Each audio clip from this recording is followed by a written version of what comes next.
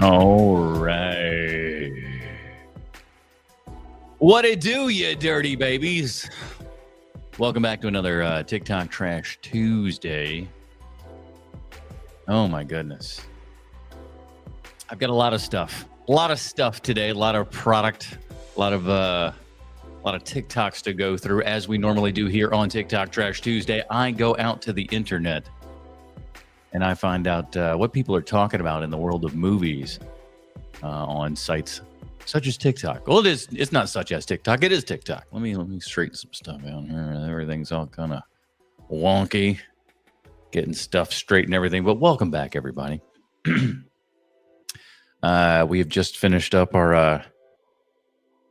our John Candy, our Thanksgiving candy month over on HMP proper and everything. A very fun month over there. And we're heading into December and asking ourselves about Christmas movies and stuff. Is this a Christmas movie? We'll delve into some of that come next week there on HMP proper and everything. But as we do here every TikTok Trash Tuesday, we got a whole bunch of stuff to cover, everybody. And I'm excited. I'm excited because I don't know what this is. If this is your first time for TikTok Trash Tuesday, what happens is I go to the internet, I scroll through TikTok, and I find something that is movie related.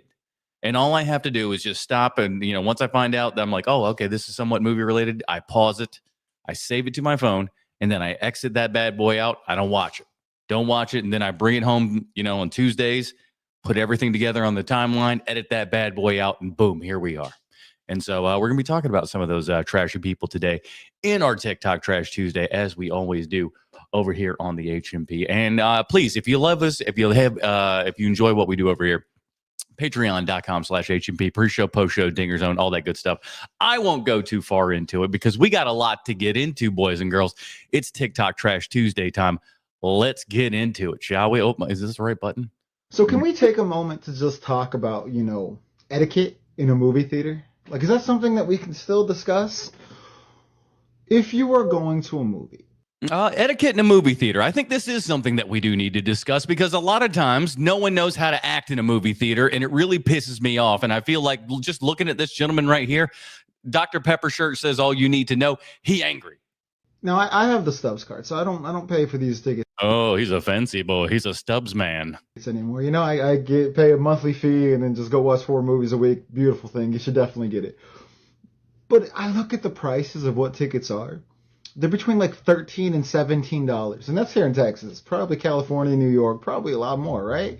And again, this goes to many things that you've heard me talk about on TikTok Trash Tuesday. One of my biggest complaints about movies is they are too expensive. I think we need to go back to a time where all movie tickets, Monday through Thursday, are $5 a piece. That's right. Whatever show, whatever kind of venue you want to see that in, $5 whole. Because as a former movie theater manager, I can tell you this. During the day, you know who's in movie theaters? Friggin' nobody. Nobody's in there. We are running movies for no one. We're paying for electricity and all this other bull crap that's going on, and there are no butts in seats. And I think there would be much, much more movie attendance going on if indeed we brought those movie ticket prices down, including also concessions. Again, I think you should be able to see a movie, get a popcorn and a soda out the door, $10. Tell me you wouldn't go to the movies more if that was the case. I think everybody would. So why do you go to the movies to play on your phone? We go to the movies for whatever the shit Nicole Kidman says in that stupid thing. But he's right. Why are you on your phone? It makes me so mad that people are just breaking out the phone in the middle of everything. It's just like, and it always happens like during like what maybe even a slight lull within the actual time itself. But no, they just like, well, I'm just going to start pulling out. I'm like, what are you doing? Who are you texting? In the past couple months, I've had to tell people numerous times, can you stop being on your phone? Like, this one dude was watching all the trailers riveted, and then as soon as the movie started, got on TikTok. Something I've heard, and British people, please chime in if you're around. Apparently, British people are taking pictures of the movie screen all the time. Like the title screen, they're waiting for the title of the movie and then doing a little TikTok-y thing. Or I don't know if it's TikTok, but they're like, clicking it or whatever. I think that's ridiculous, dude. Why? Like, what the fuck are you doing? We're not paying money to come here and watch your algorithm show you videos. We want to watch the movie on the screen. If you want to go watch TikTok videos, go sit out in the lobby. When I was watching Predator Badlands, like towards the climax of the movie, this dude answers a phone call and just. I had a dude answer the phone call in Kill Bill Volume 2 during the Superman speech. I yelled at this guy. He stood up and like I didn't know what he looked like at the time. Turns out it was just a little skinny white dude, so I really had nothing to worry about. But he was like sitting in the row in front of me. I didn't even realize he was that close. But he answers the phone during the middle of the movie, and I go, "Hey man, take that shit outside." I don't remember, something along those lines. He stood up, turned around, and go, "Who the hell said that?" He got real mad, and all of a sudden, out of nowhere, a cop showed up. A cop showed up and just took this dude out. And then like his little Asian girlfriend followed like 2 minutes later. I don't know why she stuck around for as long as she did. Starts having a full-blown conversation in the middle of the movie. And then I was like, hey, can you stop? My favorite part is when they just go, yeah, this movie ain't no good. It's like, yeah, it's no good. You're talking during it, asshole. And the dude sits there and pouts for the rest of the movie. Like when everyone's trying to leave, he won't put down his seat. And he's just sitting there giving everyone dirty looks like we slapped him across the face because I asked him to stop talking on the phone. Oh, man, that's when you got to get in. You got to double down all the time with those people. You got to look them straight in the eye and you just got to go, I said, shut off your phone. I told a kid once, it's like a high school kid or something like that. And this was years ago at this point. This was still flip phone era. So we weren't even doing no TikToks or nothing. Some kid had a flip phone or something in the back of the theater. And he kept doing it. You eyeball him, you give him a, hey, put away your phone. And, if it persists on, I got to this point where I looked at this kid and I go, if you don't put your phone away, I'm going to take it from your hand and I'm going to throw it at the screen. You didn't see the phone for the rest of the time. I'll tell you that much. During a movie, what is wrong with people? What's the deal with all the people? Sit there and have a conversation with your friends. Don't sit there and talk on the phone. Don't sit in the front row or in front of other people and just endlessly scroll on your phone with your bright ass screen on when people are. Yeah, it's one of those, like, you at least lower the brightness of your screen if you're going to try to sneak a little, a peekaroo on your phone or something like that. Quit being a butthole and just turn it down. Watching the movies. I think it's what Alamo Drafthouse has, like a zero tolerance policy for phone use. Why don't all movie theaters have this? Because it's a pain in the ass to enforce. Put your phone up for a couple hours. It will not kill you. I think we should have like a lot of comedy clubs and stuff have where they go through and make you put your cell phone in this little protective case thingy, and then you can get it after the show. I think they should do it like that.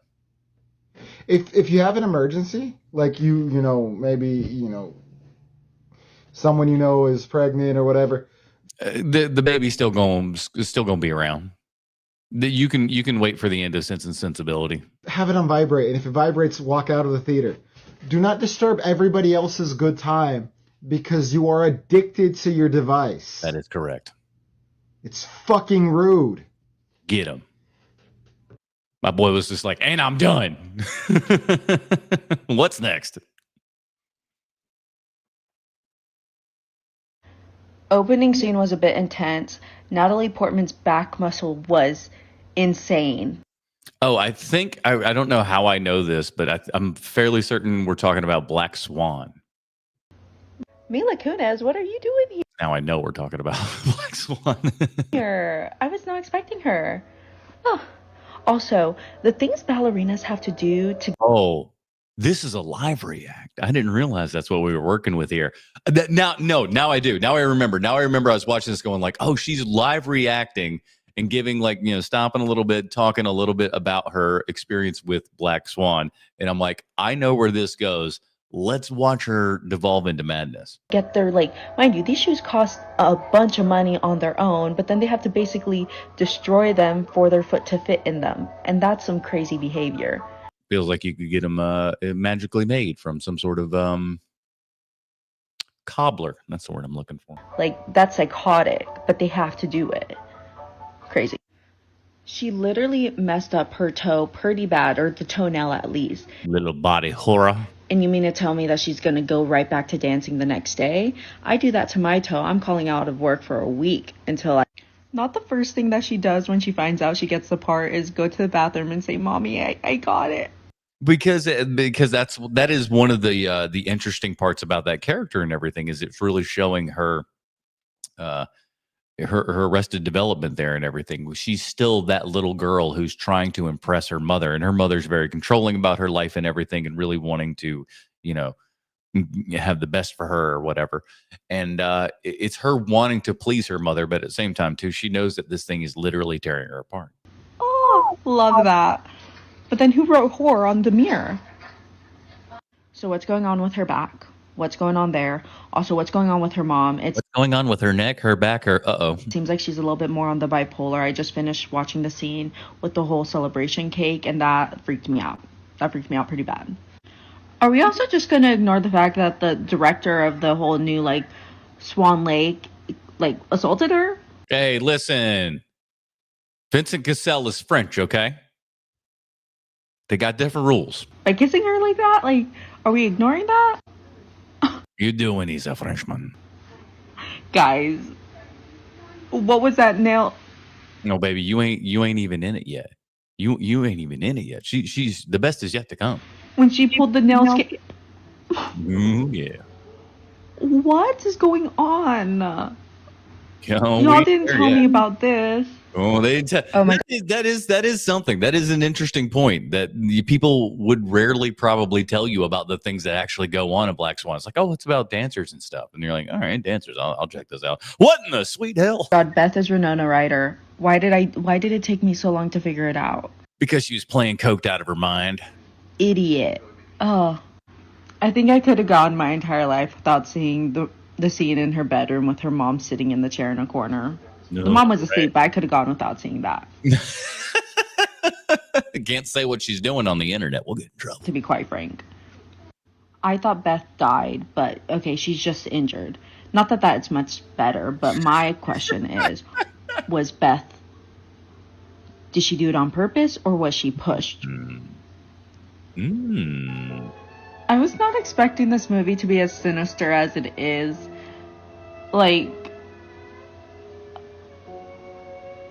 Sinister. That's an interesting word to use, but I like. Okay. I'm on the verge of tears because it's so intense. No, just wait. Sebastian Stan, what are you doing here, big boy? Nobody knew at the time, as a matter of fact. You didn't know who that was. You do now. That was the best jump scare ever.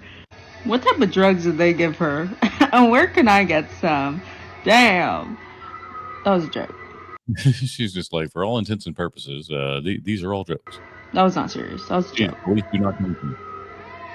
Was not expecting Natalie Portman and Mila Kunis to be doing that. That's for sure. Hey, listen, man. It was a sign of the times. It's a sign of the times when you get ladies to... All right. Oh, wait, did she drug her and take her out just so that she would miss it so that she had a time to shine? Oh, wait, this is twisted. This is twisted. We're now starting to get to the point where we're going to come back every time, and she's going to be more and more distressed going, what am I watching? I'm sorry, but the part where she goes to the hospital, then goes home, destroys her mom's paintings, then she plucks a feather out of her back, and then she freaks out at her mom, probably broke her mom's hand, slamming it in between the door. Well, mom was kind of a turd, so, And then her legs break. Great sound design in the movie, too. So I just finished. By the way, it's coming out on 4K very soon, if I'm not mistaken. So keep an eye on everybody. Watching the movie, and to be honest, I was not expecting this heavy of a hitter. Yeah. I didn't expect to be taken down this emotional roller coaster because, I think it's pretty self-explanatory if you've seen the movie, but it's the more we chase perfection, we're slowly killing ourselves. That's what I took from it. The need to be perfect and always trying to be perfect is actually what's going to be the thing that's killing you. Ask Aronofsky himself. You need to live. That's what I took from it. Let me know what you guys think. overall, I really enjoyed the movie, even if it was a little twisted, a little too twisted for my liking with all of her delusions and the things she was seeing. I felt like I was going through this psychotic break. But overall, I really liked the movie. Amazing message. Natalie Portman, Chef's Kiss Queen. Love you. Fantastic. That's an awesome little play-by-play review there of Black Swan. Wish you would have put some text up there at the beginning going, this is about Black Swan, by the by. What's next?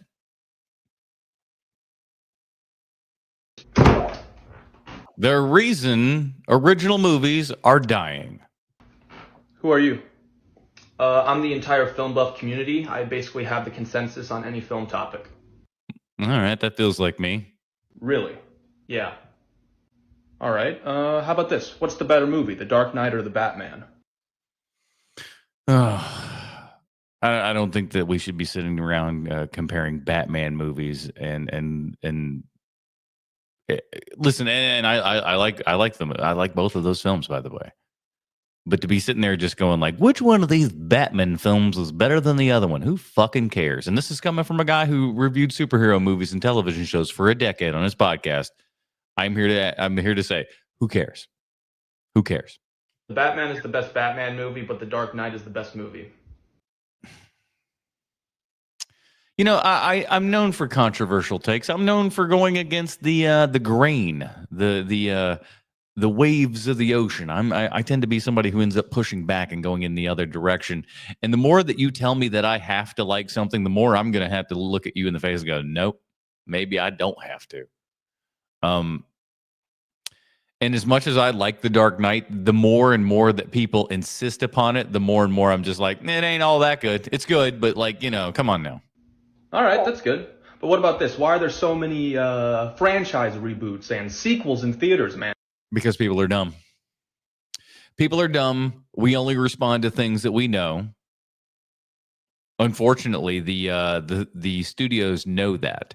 But it really goes beyond that. It goes to the point of the fact that the studios themselves do not know what we want. They have no clue. And when they stumble upon it by accident, they don't realize why. And they cannot replicate it. And there's no original movies anymore. How can you explain that? There are original movies. You're just not watching them. Well, no, there are original movies. It's just that nobody sees them. They either flop completely or barely make back their budget. All right, name 10 original movies that flopped in the last 3 years. Oh my God. What the, I hate these people. And this is somebody that you'd be talking to at a bar that would just because we'd have bar movie conversations and stuff. But this would be somebody that you talk to and be like, do this, name all these things. Right. I'm like, well, what are we on Jeopardy here? Elio, Novocaine, Opus, Mickey 17, Eddington. Okay. He's going fast as shit. I wish you would have put these up there in the title so I could see him, my man. Christie, Love Hurts, Beau's Afraid. Okay. Love Hurts was good. What Love Hurts? Hold on. Love Hurts was the one with Short Round there, right? Ki Kui Kwan. That one sucked. You know what was good? Novocaine. Novocaine was the movie that Love Hurts wanted to be. Love Hurts was such a massive letdown. Blackberry and Black Box. But what about the Black Phone 2, right? That movie was I hated the Black Phone. Was anybody a fan of the Black Phone? It was dope and it was pretty original. That's a sequel. It doesn't matter because it does have a number 2 in it, It's a pretty short list anyway. I wasn't finished. Oh, Anemone, Here, Drive Away Dolls, My Old Ass, The Book of Clarence. Okay. Fly Me to the Moon, Argyle. Abigail, Wish, Lisa Frankenstein, Saturday Night.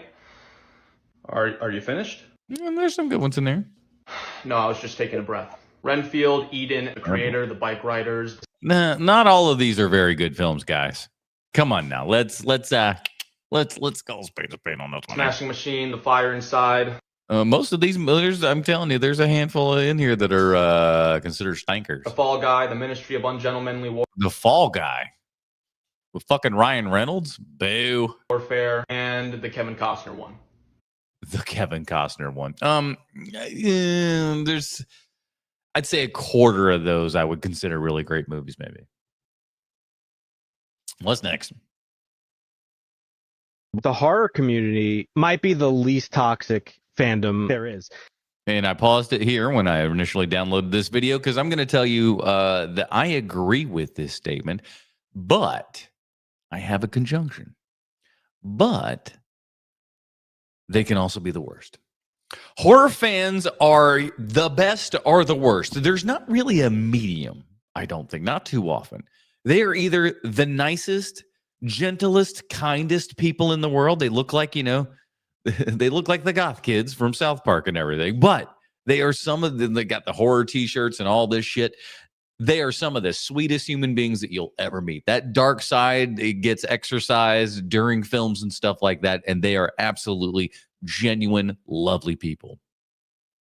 And then there's the buttholes. Then there's the horror fans who are just the absolute worst of the worst. They make superhero fans look tame in comparison. So yes and no. And any other fandom is just wall to wall, just people bitching, woke Disney, this movie's going to be shit. Oh, they're fucked. Well, that's because most horror films aren't woke. they're usually the opposite of that. Where they're just kind of doing exploitive things because that is the nature of the genre. Can ruin this character, not my Star Wars. All negativity all the time in like literally every category across the board. In the horror community, people are like, yo, I watched this movie and it was fucking pretty dope. You should check it out. Or they just go, it's trash and I didn't care, or they laugh at it and stuff like that. But yeah. And you go look at these movies, they're rated like a 3 on IMDb. That's what I love about the horror community. But see, that's also what I love about the horror community. But at the same time, I also hate about the horror community. I love the fact that they can look at a movie that has no recognizable stars, no recognizable cast or crew or anything like that, right? And they can go in, it's put together with a nickel, and they watch it, and it's like, wow, this is really great. I love that. That's a good thing.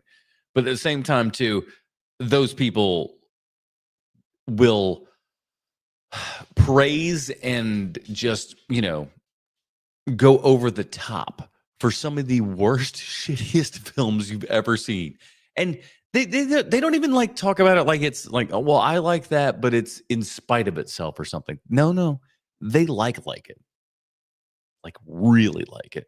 What I like Troma film like it. And you're just like, what are you talking about? You really like these movies? You're not just laughing at them. No, I really like them. Like, you're sick. I've always loved about it, and that's why I feel rejuvenated watching these just low budget random movies. Horror, you're just trained to not give a shit about budgets and fucking this and fucking that. Its origin. Hey, listen, there's fucking this and fucking that you don't want any of those around. Is based on just DIY, figure it out, get it done. It's punk rock is what it is.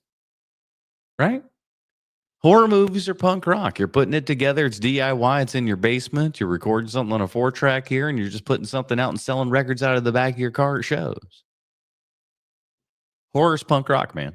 Filmmaking. That's just what the genre's always been about. So the fan base is trained to be forgiving. It doesn't have to be the best thing you've ever seen to enjoy it. Got to get back to that. Whatever happened to just watching stuff? Whatever happened to predictability? The newsman, the paper boy, the evening TV. For the love of it. For the love of the game. What's next? You ever watch so many good movies, you feel like you need to throw a bad one in just to keep your calibration right? Yes. More of this. I hear people talking about their letterbox and stuff like that, and they're like, all of my stuff looks like this. It's just going in an upward pattern. I like all good, like there's so many good films and stuff. You need to watch trash, people. You need to go watch some absolute garbage, because when people start talking about movies that they go, this is the worst movie I've ever seen, and they name something that's just so middling, right? To where it's just like, listen, I understand that that's not a good movie. Is that the worst movie ever? You're out of your gourd, dude. It's not even remotely close to the worst movie ever. You guys got to watch some real absolute turds.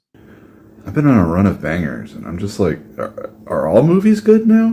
Fuck no. Go watch a Neil Breen film and have yourself a good old-fashioned family good time. Neil Breen makes Tommy Wiseau look like Orson Welles. My most unpopular opinion about 2001: A Space Odyssey is... I paused it right there. I'm just like, somebody got a quote-unquote unpopular opinion about 2001: A Space Odyssey. I want to hear this. Quick history about me. I grew up watching. I watched 2001: Space Odyssey somewhere probably in middle school or something. And being a middle schooler, you probably, and I didn't, understand everything that was kind of going on in 2001. The Dawn of Man scene seems to take an hour and a half, but in all actuality, it's like 6-7 minutes or something like that. It's very, very short. But you liked all the space stuff, but it wasn't as cool and wasn't as fun as Star Wars and everything. But over time, and especially, I mean, I liked it enough before I saw it on the big screen. But when I saw it on the big screen in IMAX, with the overture there and everything, and it was an amazing experience. It was really, really great, and you just can get an appreciation of the movie. And the more I watch it, I went and saw it in IMAX 2 times in 2 days, and sat in the front row for the last. So I was just like, just letting it in and everything. So I am interested to hear what this guy is saying and his controversial take on 2001. Let's hear it. That its sequel, 2010, the year we make contact. Well, you can't talk about that. Are you going to say 2010's better? Is a fundamentally better film. Somebody's on the Arthur C. Clarke payroll as far as I'm concerned. And one of its greatest strengths is that it doesn't take a minute and a half just for a door to open. No, bro. Listen, I understand. I understand your thought process, and you're fucking wrong, bro. You're wrong. The ballet of 2001: A Space Odyssey is absolutely beautiful. It is that showing you what space is like in a way that other films, science fiction and whatnot, have never actually shown, and rarely show, afterwards, just because it is a little bit more laborious. It is a little bit slower. When we're landing things, it takes a while, because it would take a while. And the cool thing is when you see 2001: A Space Odyssey on the big screen, and you truly can take in the size and scope of what's going on the screen and what Kubrick is doing, it seems like, oh, this is just a still little boring shot here and everything. Son of a bitch, if there ain't just like little Easter eggs and stuff all in this play. It is so good. I understand why, some people without, we'll call it cinematic expertise, would not like the film. I get it. That was it? Guy got fired for being too good at his job. Man, we all been there, right? You're just doing too good of a job, and they're like, you're making the rest of us look bad. You fired. And we're like, all right, fair enough. The T-1000 in Terminator 2, that only happened because Scott Ross committed corporate insubordination. Here's the story. Hey, listen, nothing strikes me better than a little corporate insubordination. Let's meet Scott Ross. He's a poor kid from the Bronx, and he remembers his mom coming home from a double shift on the subway with a bunch of other people coming out like rats exiting a sewer. Wow. What are you proud of how we talk about you, New York City? Beautiful. Like a bunch of rats coming out of the sewer. He made a promise to himself that 1, he would never be poor again, and 2, he would never join the rat race. Well, you just said he was a rat coming out of a motherfucker's already a rat. What are you talking about? He leaves home, starts working sound on tour with the Allman. I was like, is he with the Allman Brothers? And sure as shit, this is indeed the Allman Brothers. I'm like, that looks like the Allman Brothers. Oh, well, there you go. Allman Brothers. He moves to California to live out his rock and roll dreams. There he sees a kid absolutely killing the hardest. I know that's not shut up. Charlie Parker song ever written. And he finds out that kid is 14 years old. Scott's like, yeah, I'm cooked, and he quits music completely. The cut to a decade later, Scott works some jobs, makes some money, and he moves to San Francisco. One day he's sitting in his car, and some hippie in moccasins comes and knocks on the window. They start talking cars, start talking rock and roll. This is Charles Manson. He finds out this guy was the road manager for Crosby Stills. And this guy was Taylor Phelps, who is the president of One Pass, which is a post-production company. So, not Charles Manson. Cool. They instantly click, and Taylor offers him a job on the spot. I don't know, these things happened in the 70s, I guess. They were having a great time at One Pass. Yeah, all you gotta do in the 70s, all you had to do was share a doob with somebody, and they were just like, you want to work together? Yeah, bro. Pass, getting jobs done. But then the owners hired a very corporate suit who came in that was all business and absolutely no creativity. All business and no pleasure. Scott doesn't like this guy, but this guy is making the company profitable. So he realizes he has to blend his creativity with the business acumen to become successful. One day, his phone rings. Lucasfilm wants him to run Industrial Light and Magic. This is the dream job at the time. ILM is at the top of its game and highly regarded in the industry. By the way, if you like stories like this, make sure you can't say regarded anymore because that's a synonym for the other R word that you're not allowed to say. To follow us on The Rough Cut. Or for whatever reason also. All right, don't get me started.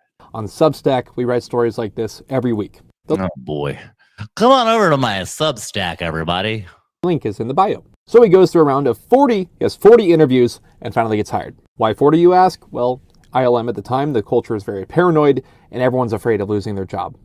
Are you going to make the Wookiees look stupid? Because if you're going to make the Wookiees look stupid, I don't think that we can have you here. He realizes very fast at ILM that he has a very fancy title, but absolutely zero power. He orchestrates his own boss's promotion so he could take his boss's job. That's brilliant.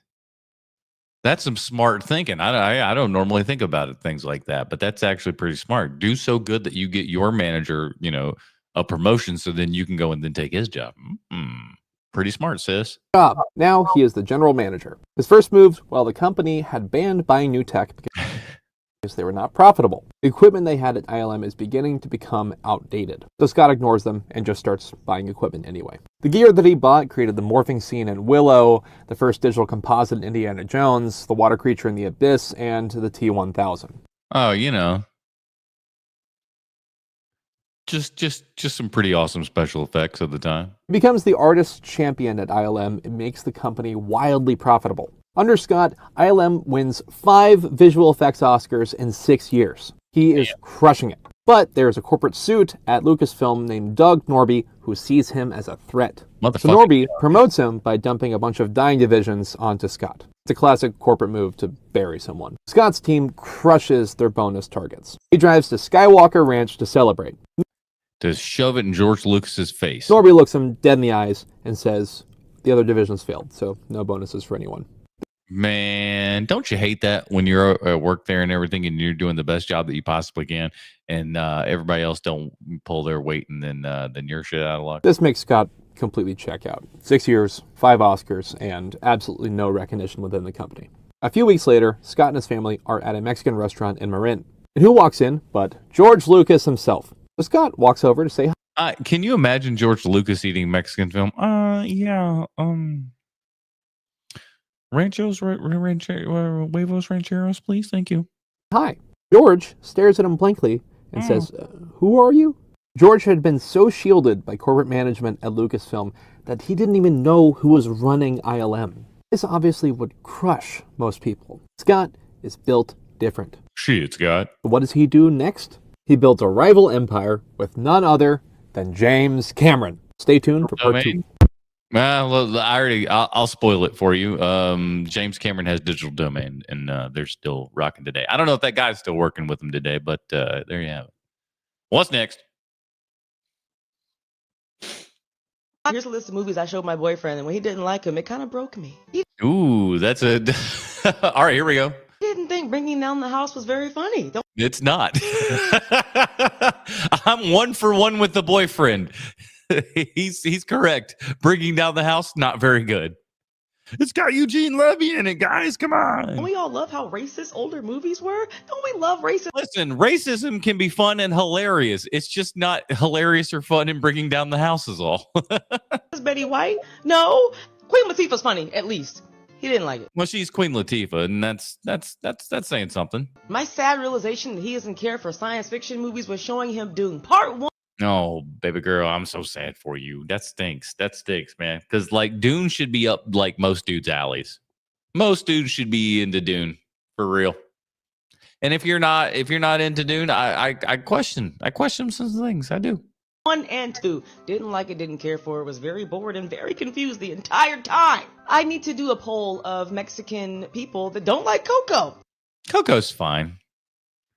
Coco was one that, like, while I was watching Coco, right, I was just like, oh, this is good, but I think old Pixar's kind of lost it, because they really don't have that kind of, that one moment that you really got to have in the movie to really just kind of, boom, sink it in you and drive it home.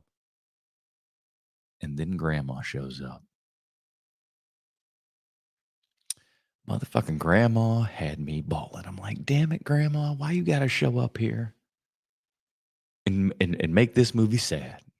I was like, all right, maybe Pixar hadn't lost it. Now, they may have lost it again, but, Not gonna lie, it took me for a loop. I made an assumption there. He didn't like it. Why they gotta be shoemakers, though?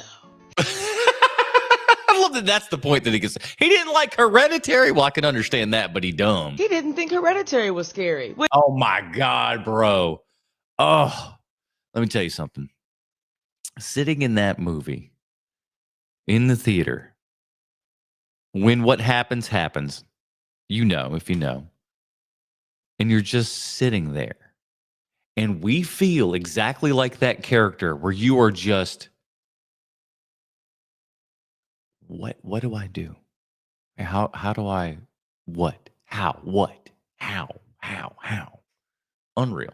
Which, hey, at least outside of that, this movie is a really good dramatic horror movie. And then Toni Collette is on fire. He didn't like it. This one might have hurt me the most. He is a Marvel fan, but he was late watching the movies. I showed him Endgame and Infinity War, expecting for them to blow his mind. Well, the problem was he probably didn't watch the 20 subsequent films to that, and therefore was out in the dark. That's my guess.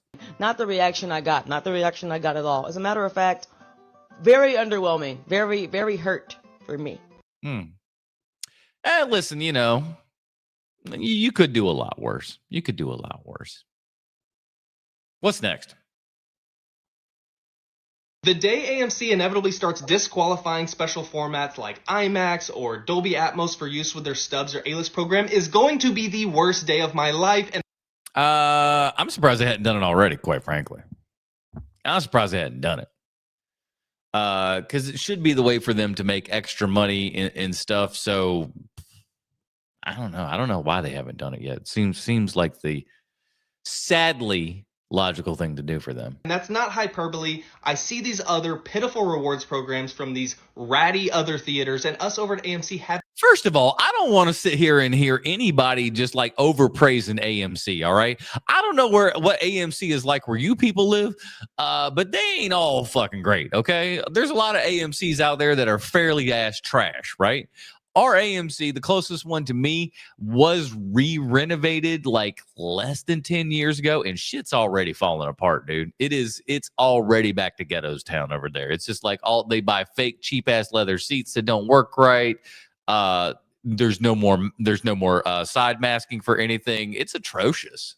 Too good. Don't tell them that though. If you are AMC and you're watching this, never change. And if you're not AMC and you're watching this, follow for more film talk. Nah.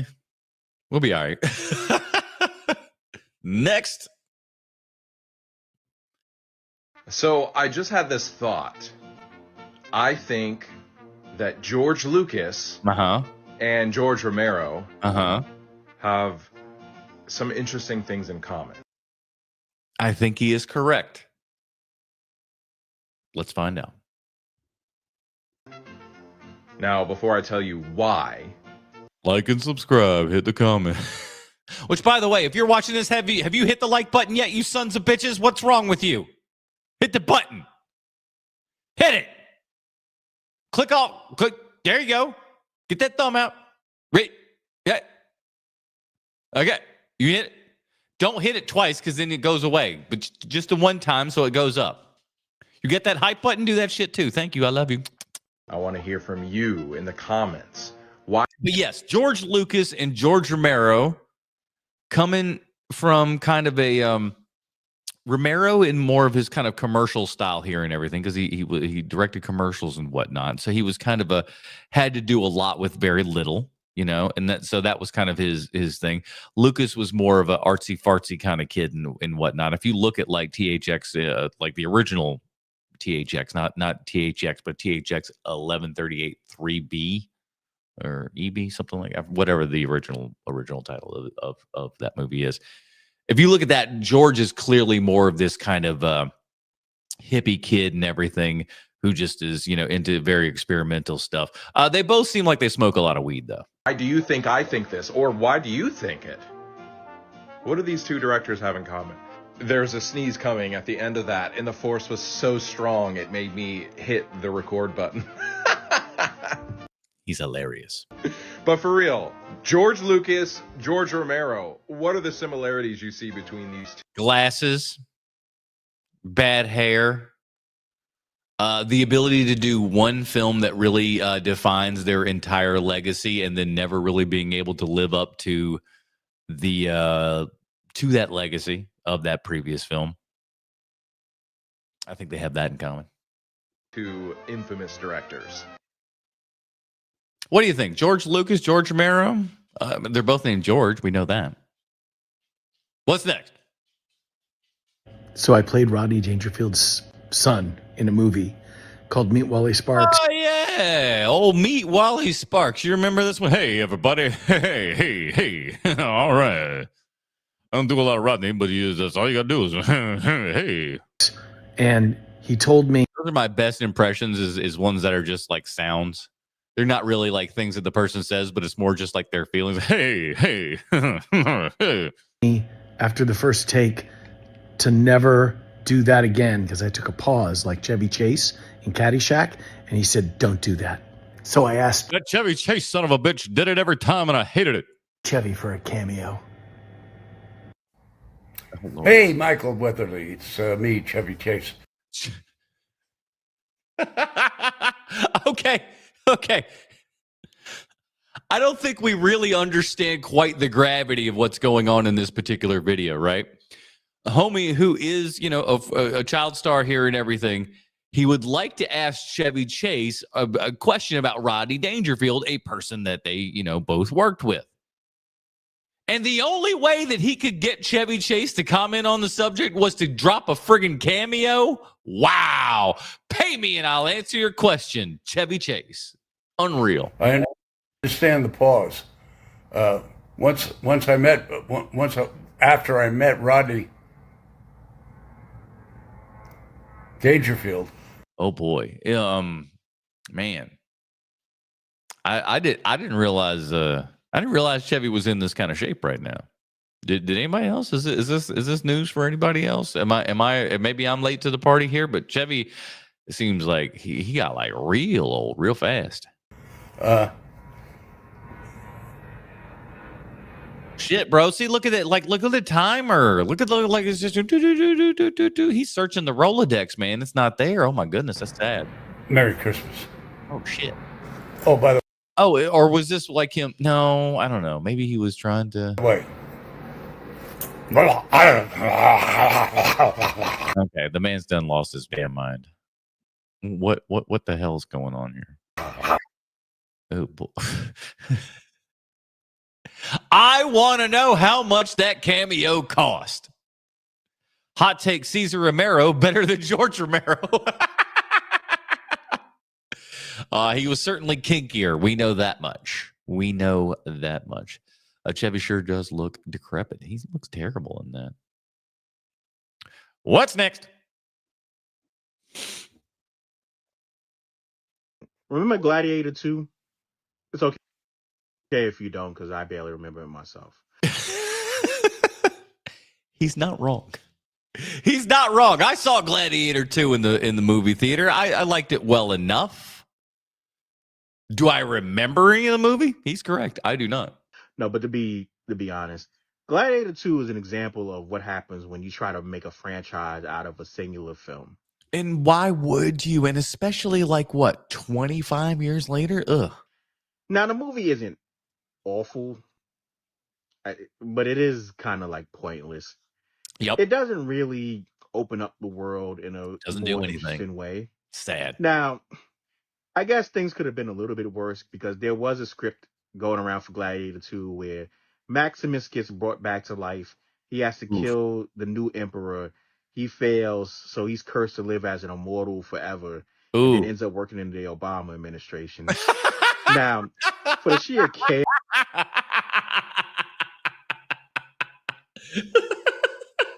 And then ends up working in the Obama administration. Holy shit. Great right turn. Love it. Chaos of that script. I would love to read that, by the way. Where he becomes an Obama. That would have been more interesting than what we got with the eventual Gladiator 2, but you're not wrong. I can't say it would have been Paul Mescal as an Obama. But either way, Gladiator 2, I think the main problem with that is it leans so heavily on trying to make you remember the first Gladiator that it doesn't really have an identity of its own. It's very much strength and honor. What we do in life echoes in eternity. When I say so, unleash hell. Every single line, every single moment, any little thing from the first one that they could squeeze in there, they squeeze in there. And it never really formed an identity of its own. Beyond Denzel Washington, this movie and like the art direction and costume. And even Denzel Washington is still just doing Denzel Washington in the role and stuff too. It's like, oh yeah, that's right. That's right. This movie really didn't have much to offer. But that's just how I feel. What do you guys think? Did you love Gladiator 2? There's some people that liked it better than the first one. Who are those? I don't feel that way, but there's some people that actually do like it better than the first one. But what about you? Did you love it, hate it, indifferent to it, didn't even watch it? Let me know. That's the old Mitch Hedberg. They either loved it, hated it, or thought it was just okay. What's next? Whether I've been talking about movies on the internet or off the internet, I hear some downright atrocious, awful, just offensive takes every once in a while, and I want to share some of them for you. Offensive takes? That's a strong word. I've heard a lot of bad takes. I've heard a lot of stupid takes. Offensive takes? Well. Color me intrigued. Especially about your favorite franchise movies. So I once met someone who said that after Rise of Skywalker came out, his favorite Star Wars movie was Attack of the Clones, and the worst one was Empire Strikes Back. Okay, yeah, now I see what he's talking about. That is some wild work. Who would say that? Who would say such a thing? Are they mad? Wow. Wild, baffling combination that I think I wouldn't pause if someone had Attack of the Clones as their favorite Star Wars movie. Like if Attack of the Clones is your favorite Star Wars movie, I would say when Attack of the Clones came out, you could not have been more than 12 years old. No chance. No chance. Because if you're over the age of 12 when that movie, you're going to be like, what is this? Unless you're a slow kid, are you? I do have younger friends who do enjoy the prequel films, but that combination is despicable. I have a very challenging relationship with the Godzilla community, mostly because I think some of them are very young people who've known this franchise a bit less than I have. Yeah, but at the same time, too, I'm going to sit here and say, here's my hot take before I even figure out what the hot take he does not like. I'm going to say mine. There's a lot of good Godzilla movies out there. A lot of them. And they're not just from Japan.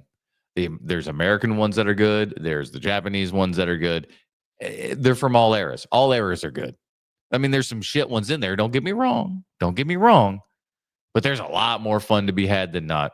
And I think it's very shocking for me whenever I see Shin Godzilla or Godzilla -1 in the bottom 5 of anybody's ranking. It tells me they're dumb. I think those people are just contrarians who can't handle when Godzilla is talky or deep or emotional. But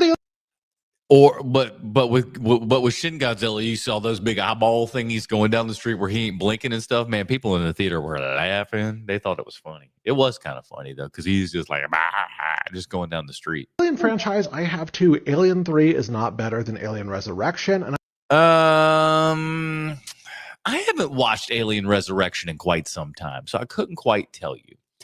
Alien 3 is not good. It is just not necessarily a good Alien movie.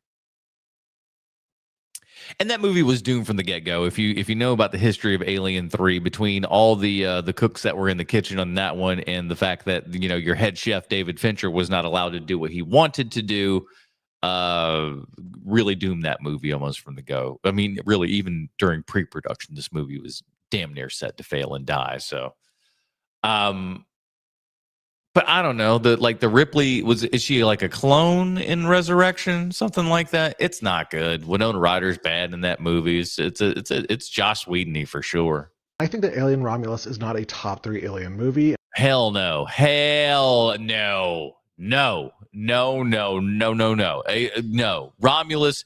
You know what Romulus was? Alien Romulus was just a greatest hits of Alien. Just like Fede Alvarez did with Evil Dead, he kind of just took out his favorite little parts, but this was more egregious than even his Evil Dead remake was. He just goes like, okay, here's all these chicks. Here's Bald Ripley. Here's Asian Ripley. Like you would just go through the different like Ripleys, like you were going and buying a Barbie doll off the shelf or something like that. This is this era. This represents all the different Ripleys and stuff. And then we got the CGI, the robot there and everything. Awful. Just awful. In fact, it's near the bottom. It is bad. It's a bad movie. I think Alien Resurrection. Man, I have never agreed with this guy more. Resurrection is fun too, but I think it is by far just a very offensive take on Ripley when Alien 3 is in fact, I think, much more feminist. I think for Mission Impossible. I don't give a fuck if it's feminist or not. Are you a good movie or no? I have a hard time grappling with people who think that Mission Impossible 2 is a top 3 film in the franchise. I don't think it's a top 3 film in the franchise. I just don't think it's as bad as everybody says that it is. And the people that don't like that probably don't really like John Woo movies. Because Mission Impossible 2 is a friggin' John Woo movie, everybody. Not only in the fact that he's the one that directed it. When you watch it, it is very inherently a John Woo movie. This is the type of friggin' movies that he makes, all right? You might not like it, and that's fine. That's cool in the gang if you don't like it. But that is what John Woo do.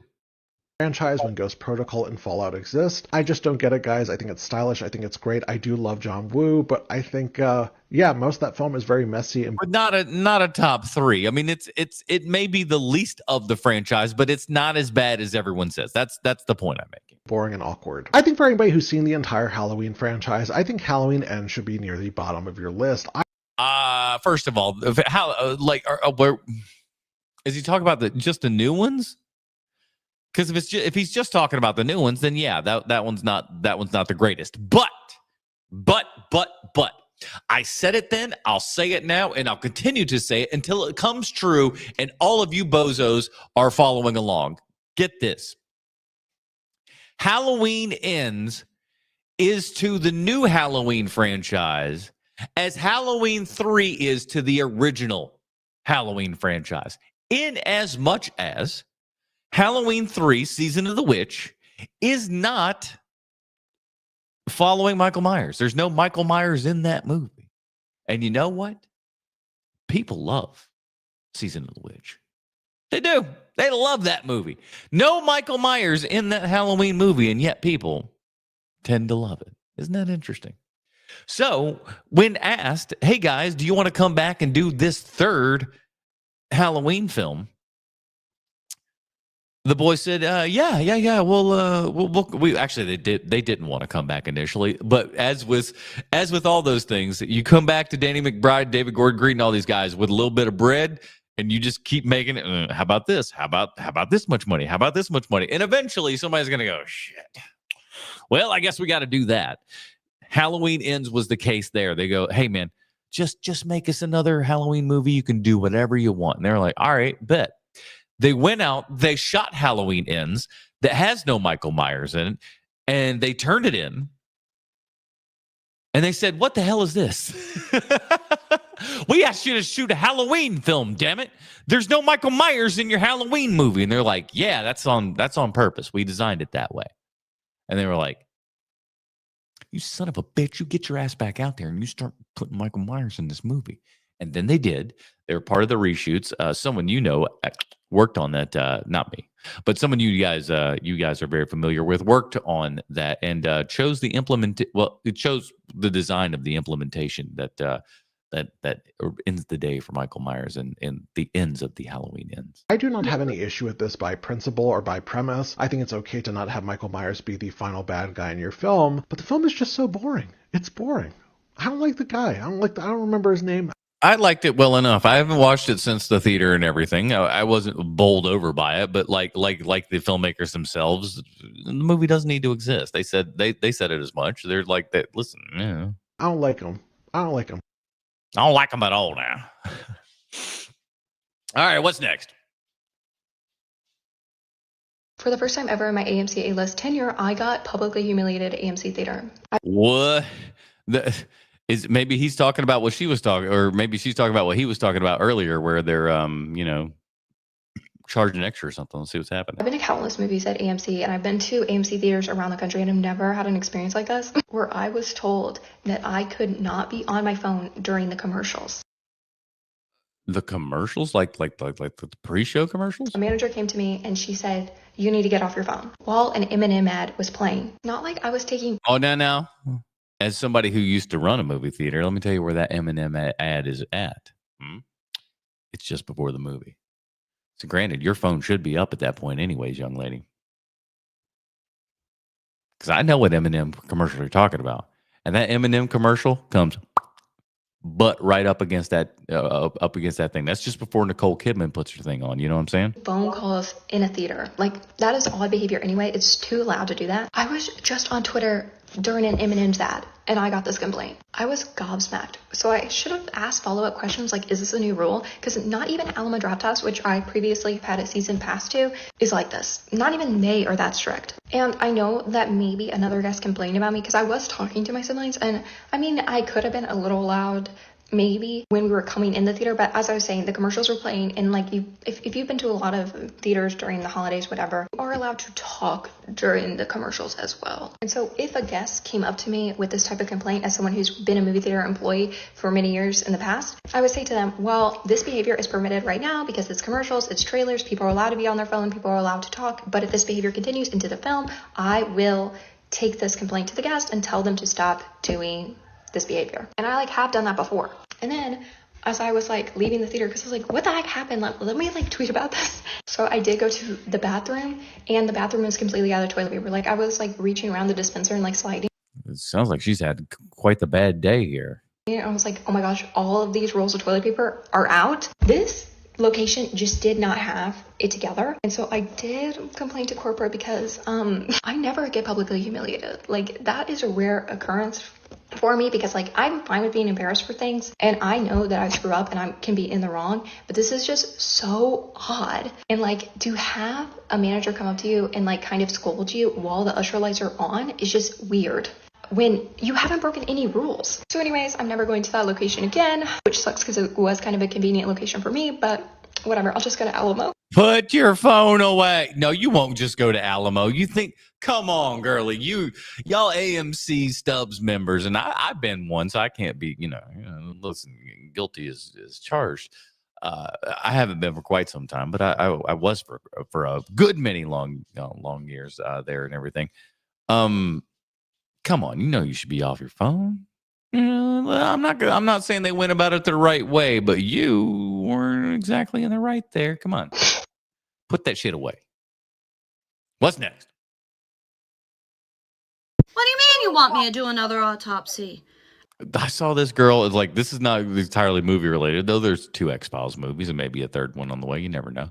But this chick's Gillian Anderson is fantastic. The costume, perfect, right on, looks fantastic. And she gets Scully like nobody else. Check this chick. It's great. Why do I have to do it right now? I just spent hours on my feet doing an autopsy all for you. Look at that. Listen to that. It's perfect. I do it all for you, Mulder. I haven't eaten since 6 o'clock this morning, and all that was have a cream cheese bagel, and it wasn't even real cream cheese. It was light cream cheese. And now you want me to run off and do another autopsy? What the hell happened to you? That's fantastic, dude. That is awesome.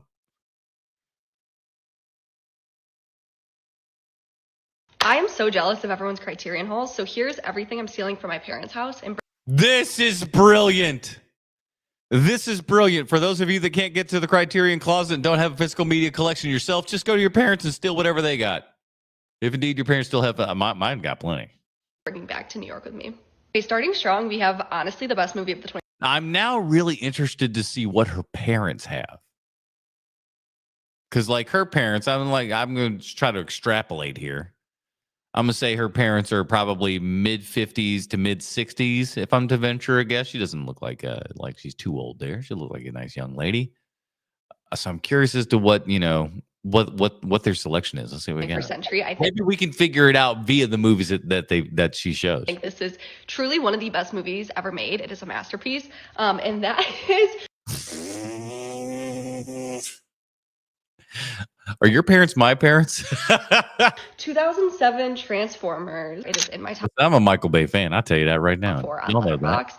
It is everything. I love the action. I love how silly it is. I think it is so quotable. Next up, we have I can quote that movie. Oh no. Shia LaBeouf. another version of the Transformers movie. No, this is Pacific Rim. not Transformers 2. This is literally the same movie, but this is a great cover too. So why not bring both home? Yes, you guessed it. It is another I'm sensing a theme. Transformers. I don't know where Revenge of the Fallen is. It's definitely somewhere in this house, but I can't find it. But for now, we have Dark of the Moon, which is probably the weaker of the trilogy, just because I do miss Megan Fox in this.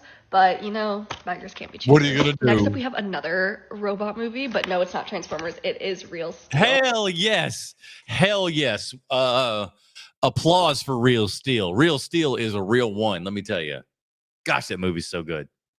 I was really weirdly obsessed with the Eminem song from this movie. It's so disgusting and gross just because we got so much use out of it. But you know what? Oh, the DVD itself. I thought she was talking about the movie. I'm just like, gross and disgusting. It's about a father and son and a robot. What are you talking about? Oh, the case. Great movie. Next, we're getting into the fun Blu-rays. Oh, a little bit of a spoiler of this. And I should say that the reason I don't have any physical media in New York is because I just simply do not have a Blu-ray player.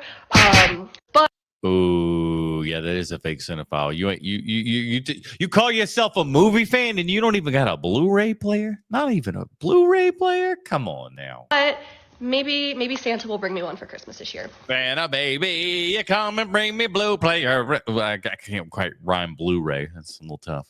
Honestly, I know this was a dad purchase. My dad absolutely loves this movie, but I'm going to tell you this. Your dad got good taste. Because you know something? I'm going to tell you this right now. OGs know it. Pitch Perfect, good movie. Pitch Perfect 2, even better movie. Pitch Perfect 3, piece of crap. Facts. Who doesn't? It is absolutely great. Percy Jackson. Did I see Percy Jackson? I can't even. I saw it and I don't even remember it.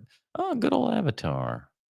Is it culturally relevant? We don't know. We just don't know. Fun fact, even though it's not fun, I got lice from the movie theater when I went to watch this. I got lice from the movie theater. Holy crap. What? And every time I see it's the first 3D film that's getting $1 billion at the box office. Why do I have lice? Anything Avatar related, I just get really itchy, and I've Pavlov dogged myself into having a head scratch every time. Last but not least, I am so sorry that this is not in a sleeve or a case or anything. It's so funny, so good. You got a raw dog disc? Oh my word. We have Hoodwinked. Oh my god, the back of this is blasphemous.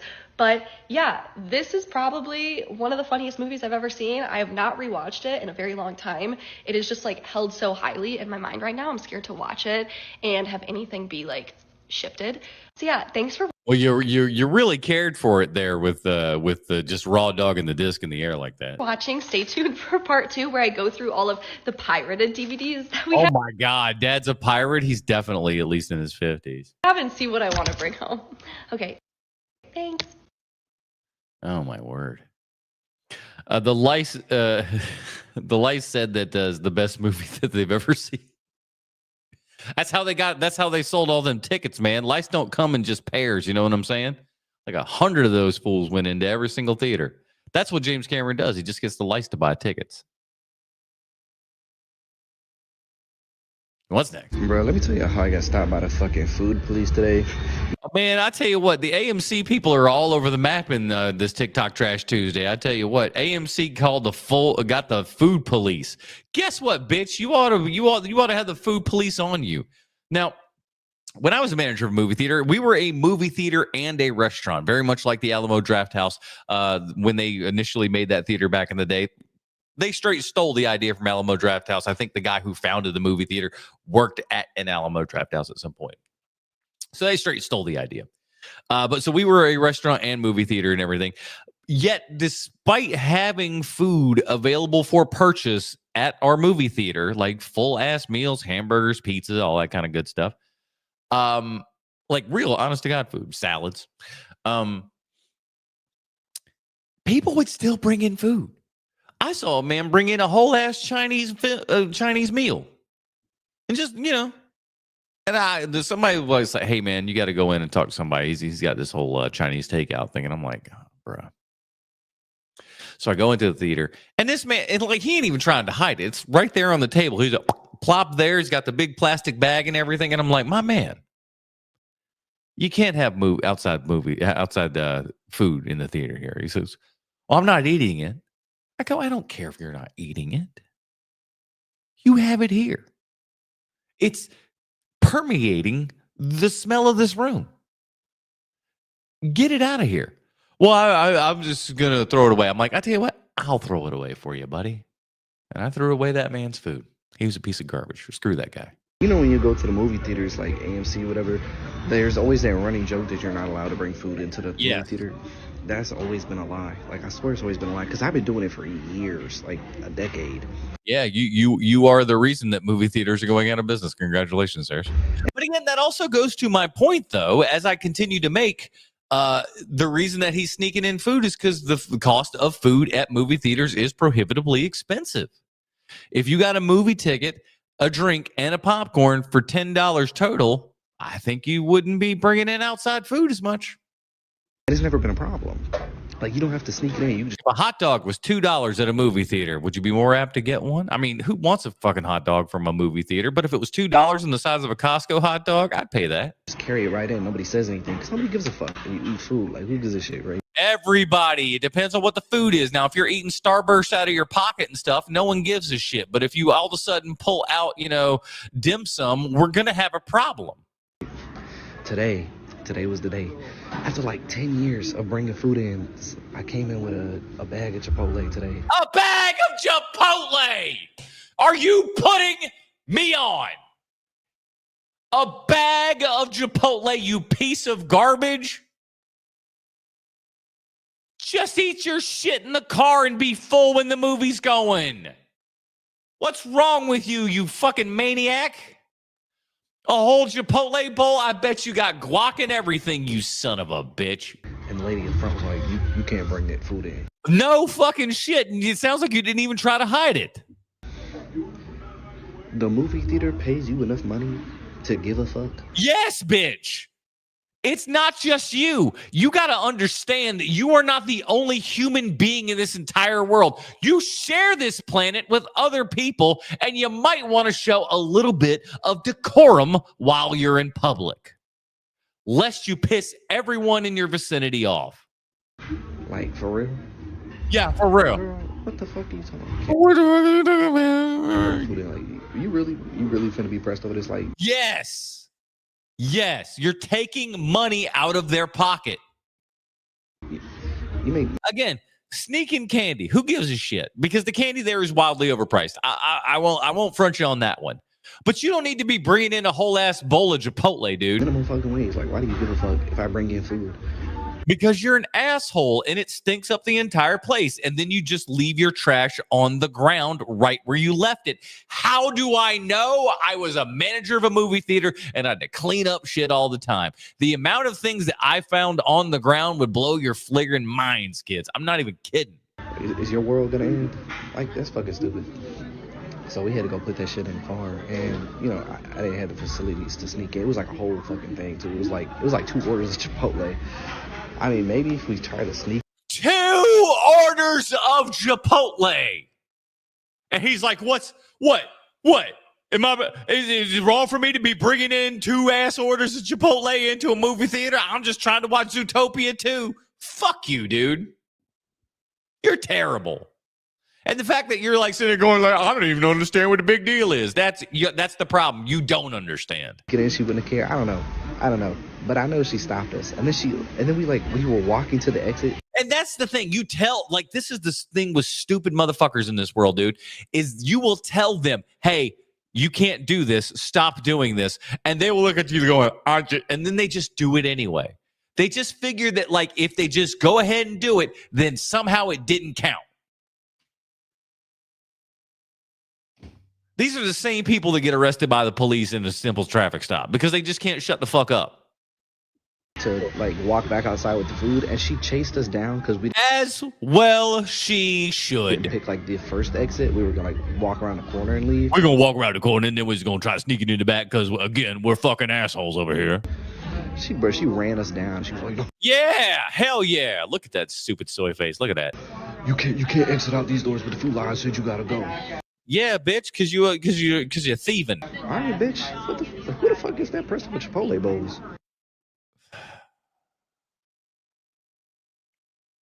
Letting people out of the house was a mistake. So I shouldn't have Crackle or Barrel crate next to my movie. But no. There's a comedy song by the great Luke Sky and a couple of others called Sneaking Snacks into the Cinema.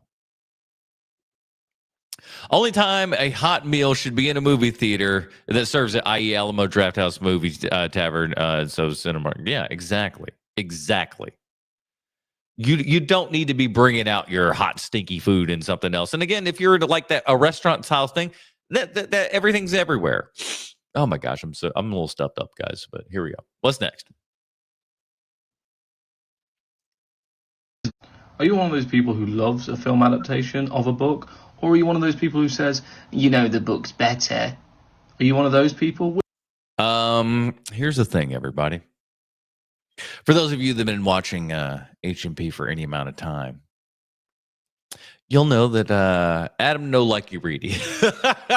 I don't like reading the books that are based upon movies and stuff. Like I'll take a non-narrative, what you call it, non-fiction book. I'll take one of those. I like biographies and things of that nature, and music history books, stuff like that. But I don't read regular, narrative books and stuff like that because it just doesn't work for me as well as I would want it to. And when I read some movies or books that were based upon movies and stuff, I've been nothing but disappointed. And, for example, but I'm disappointed in the movie because yes, the book's better. Of course the book's better. So I read The Firm, it's like, I don't know, like early high school or something like that. Read the book and then watched the movie. And then the movie was like somebody had read the book and then like went away for 6 months, forgot all about the book, and then came back and then wrote a screenplay as the best of his estimation as to what that book was about. And said, I feel like it's about this. And then it wasn't that. The next one came with Jurassic Park 2, The Lost World. I read that big, thick book right there at a time when I was certainly in high school, was certainly not reading, 2.5-inch thick books and stuff like that. So I read the book. I liked it well enough. I like Crichton's writing style and everything, and how he kind of, parses stuff out into like what I call like easy little chunks and stuff to read. So you can easily come in and out of Crichton books really easy, I found. But then I saw the movie, and the movie was absolutely terrible. They took two kids, formed them into one, and then made that kid's Jeff Goldblum's child. Awful. So yeah, I like they got me off of books for the movies and stuff like that. Is the book better? I'll bet you money that it is. But you know what I like more than books? Movies. Which one are you? Either way, there's a podcast about that. The podcast is called Is the Book Motherfucker, is this your podcast? Was this a backdoor advertisement for your podcast? Better with Jake Martini? He's a lovely guy, and I was seeing if his name was Jake Martini. And it's me. Oh, motherfucker. There you go. This week I'm doing The Fault in Our Stars, book versus movie. I'm to understand that's fairly adequate, not the right word, fairly accurate to the book, because I believe the author was there as well during the production and whatnot. That same friend worked on that movie too. Which one's better? You decide. Well, I decide, but you can. I decide, but you listen, you cheeky little bastards. Listen along if you want. But if you don't, it's fine. Yeah. It's that very British kind of like, hey, you can watch it or you don't. You don't have to. I'm not gonna. Spotify. It's on wherever you can find a podcast, because I made sure of it. I made sure of it. You better watch your ass. Go on, support you. Support you like my wife's having to support me through this mustache. You know, support me. Cheers. Cheers, mate. I read the novelization of Time Cop before seeing the movie. Big mistake. I certainly was getting through about 100 Marlboro Red a day. Colin Farrell on making the 2002 film Phone Booth. Have you seen Phone Booth? It kicks ass, dude. Phone Booth is my favorite Joel Schumacher film. So good.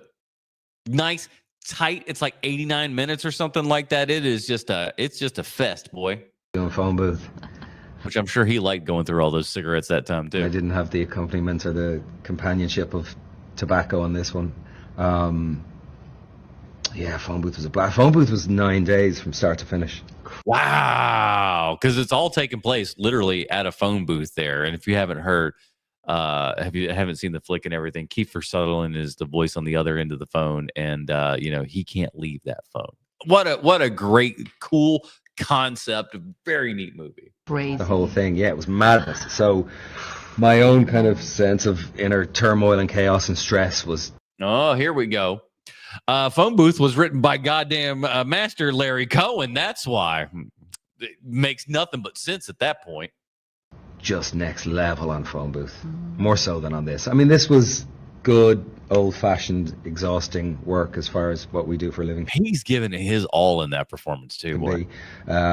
But Phone Booth was next level. It was just stress from start to finish. I remember the sun was setting on the last day that we were shooting, and the shadow being cast by the buildings in downtown LA was encroaching towards the phone booth, and once it hits the phone booth, we were done, and it was the last day, and we had a bunch of shots to get, and we had 5 cameras. Matty Libatique was the cinematographer. Oh, that guy. Oh, what's he ever done?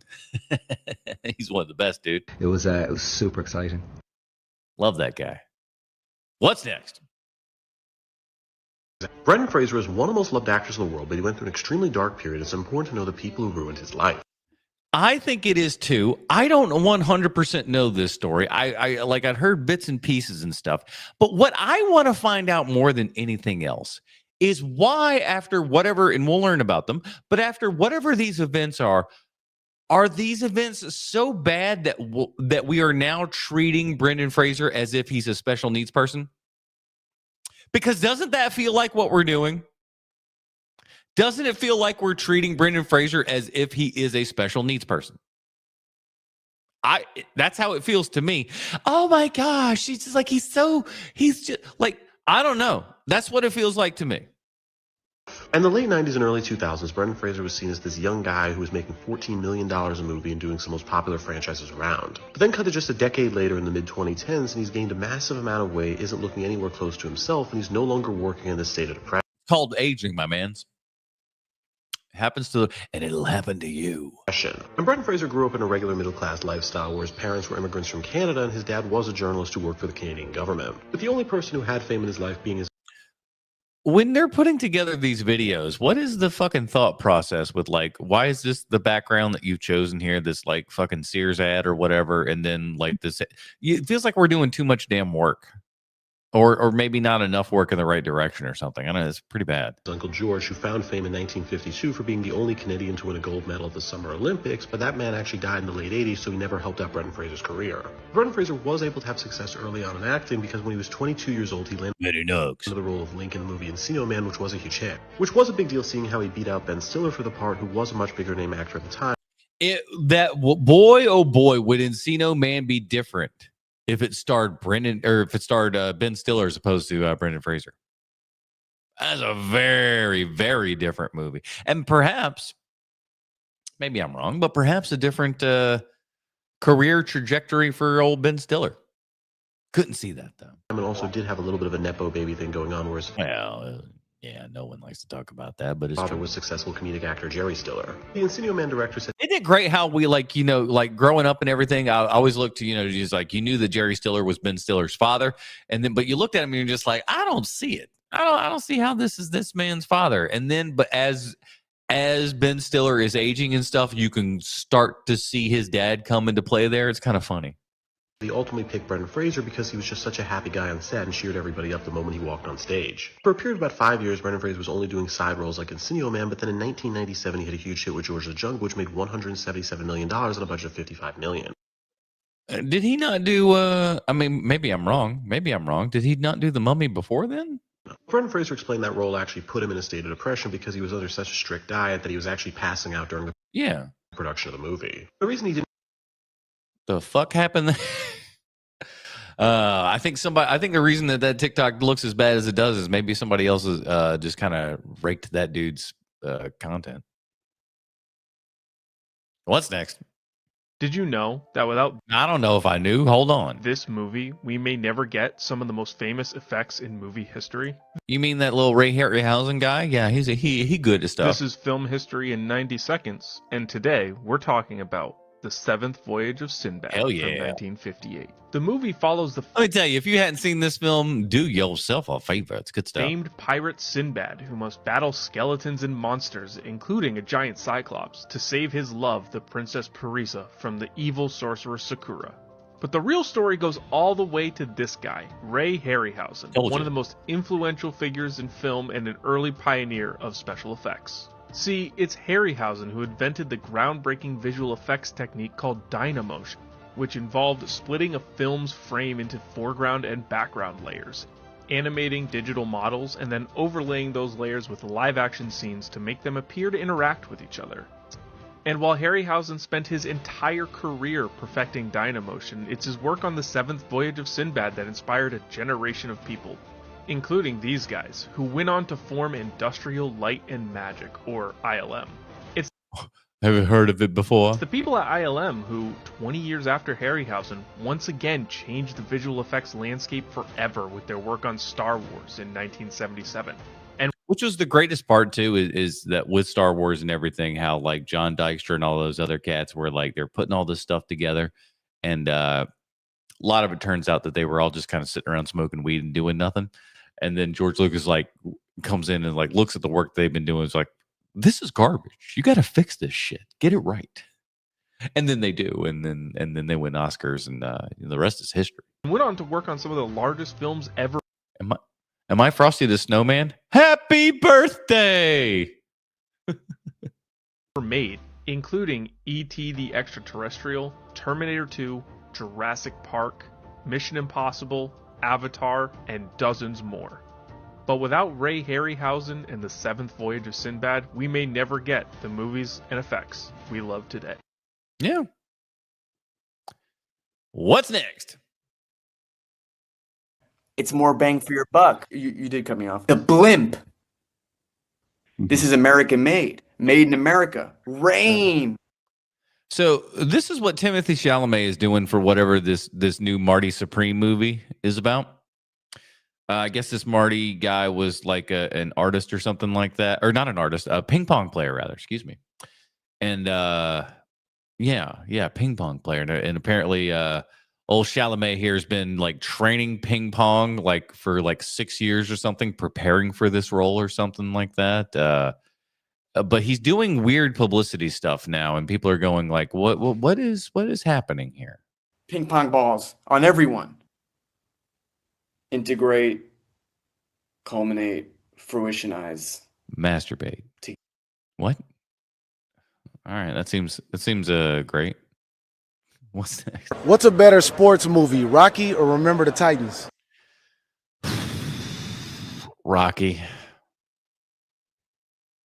Remember the Titans. Remember the wrong. Remember the Titans is good. Don't get me wrong, but Rocky, come on, it's better than Rocky. No, that's wild talk. Titans or Creed? Remember. I would say probably Remember the Titans is a better sports movie than Creed. That I would agree with. Yes. The Titans. Remember the. We're back on track. Titans or Radio? Remember. Or Radio. Radio. The fact that anybody brought up Radio as a contention for any kind of sports movie is bananas. The Titans. Remember the Titans or Blue Chips? Nick Nolte and Shaquille O'Neal. I remember just seeing this specific poster here and everything, and I was just like, we're really getting Shaquille O'Neal to play We certainly didn't know that that would be behind us. The career that would be coming for Shaq later. More money in commercials than he has ever playing any basketball. Remember the Titans? Remember the Titans or Any Given Sunday? If we're going better sports movie, it's still Remember the Titans. That was nice, though. That was a good movie. Yeah. Remember the Titans. Remember the Titans or Friday Night Lights? I saw Friday Night Lights. I just don't really remember much of it. I'm gonna still go Titans here. He's going Titans. Come on, it's Denzel in there, boy. Remember the Titans. Remember the Titans or He Got Game? Oh, Denzel v. Denzel. He gonna be stuck on this one. He don't know what to do, but he's been saying Titans for all of now. Maybe he's going to He Got Game. But let's be honest here. He Got Game is not a sports movie like Remember the Titans is a sports movie. Come on. All right, Remember the Titans. Remember the Titans or Coach Carter? Remember the Titans is better than Coach Carter. Coach Carter. No. Remember the Titans. You're right. Remember the Titans or We Are Marshall? Remember. Yeah. The Titans. Remember the Titans or King Richard? Remember the Titans. Yeah. Remember the Titans or Cinderella Man? No. Yeah, again, most of these movies are boring. At least Remember the Titans, has like Denzel and Ethan Suplee. Right? Remember the Titans. Remember the Titans or Ali? Remember the Titans. Remember the Titans or White Man Can't Jump? Remember the Titans. He knows that White Man Can't Jump is a shitty movie, everybody. He's right. Remember the Titans or Rudy? Rudy's. Go Remember the Titans. Would you say Remember the Titans is the greatest sports movie ever made? Yeah, probably so. That or Coach Carter. That's why I almost said Coach Carter. Yeah. You know what I mean? But Remember the Titans. Remember the Titans it is. The best sports movie of all time. I feel like Miracle has to be in contention. I think that's certainly up there because really also that's a movie that is very much just about sports. It's not necessarily about the lives of the people and stuff that are in it that ends up being what sports movies are very often about, because just having the movie be about sport itself can be boring. At that point, you just go and watch sport, right? But with Miracle, it was very much about the sport itself. Trillia says Slapshot. Slapshot's fine. I feel like that one is just we're all forgetting Balls of Fury. How dare you? How dare you? Criminal charges should be levied, ladies and gentlemen. Field of Dreams or not? Field of Dreams is good, but I would say Field of Dreams is less of a sports movie and more of a father and son movie. Or a movie about fathers and sons, put it that way, actually. I did have a very early meeting before anything happened with... It's my birthday buddy, Jack Nicholson. Boy, oh boy, oh boy. Did Jack ever make a killing on this Batman movie, boy.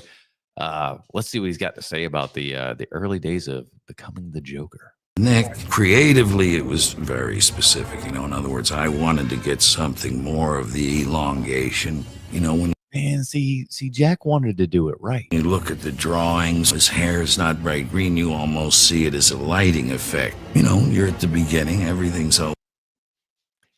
Can I explain to you how excited I am that he really understands?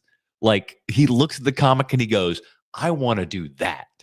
That's awesome, dude. Always brand new to the movie, and Tim was feeling that this would come through the lighting, that it wasn't too bright, too green, more of a Clarabelle than a Joker, And I said, Tim, look, I don't agree with that. You don't want that level of clowning. Don't worry, I'll try to be humorous. He is the Joker and funny. And we did the test on the wig, and immediately he saw too bright. Hey, listen, man. It's the right decision. Change the wig, much less green hair. Look at how good that looks, dude.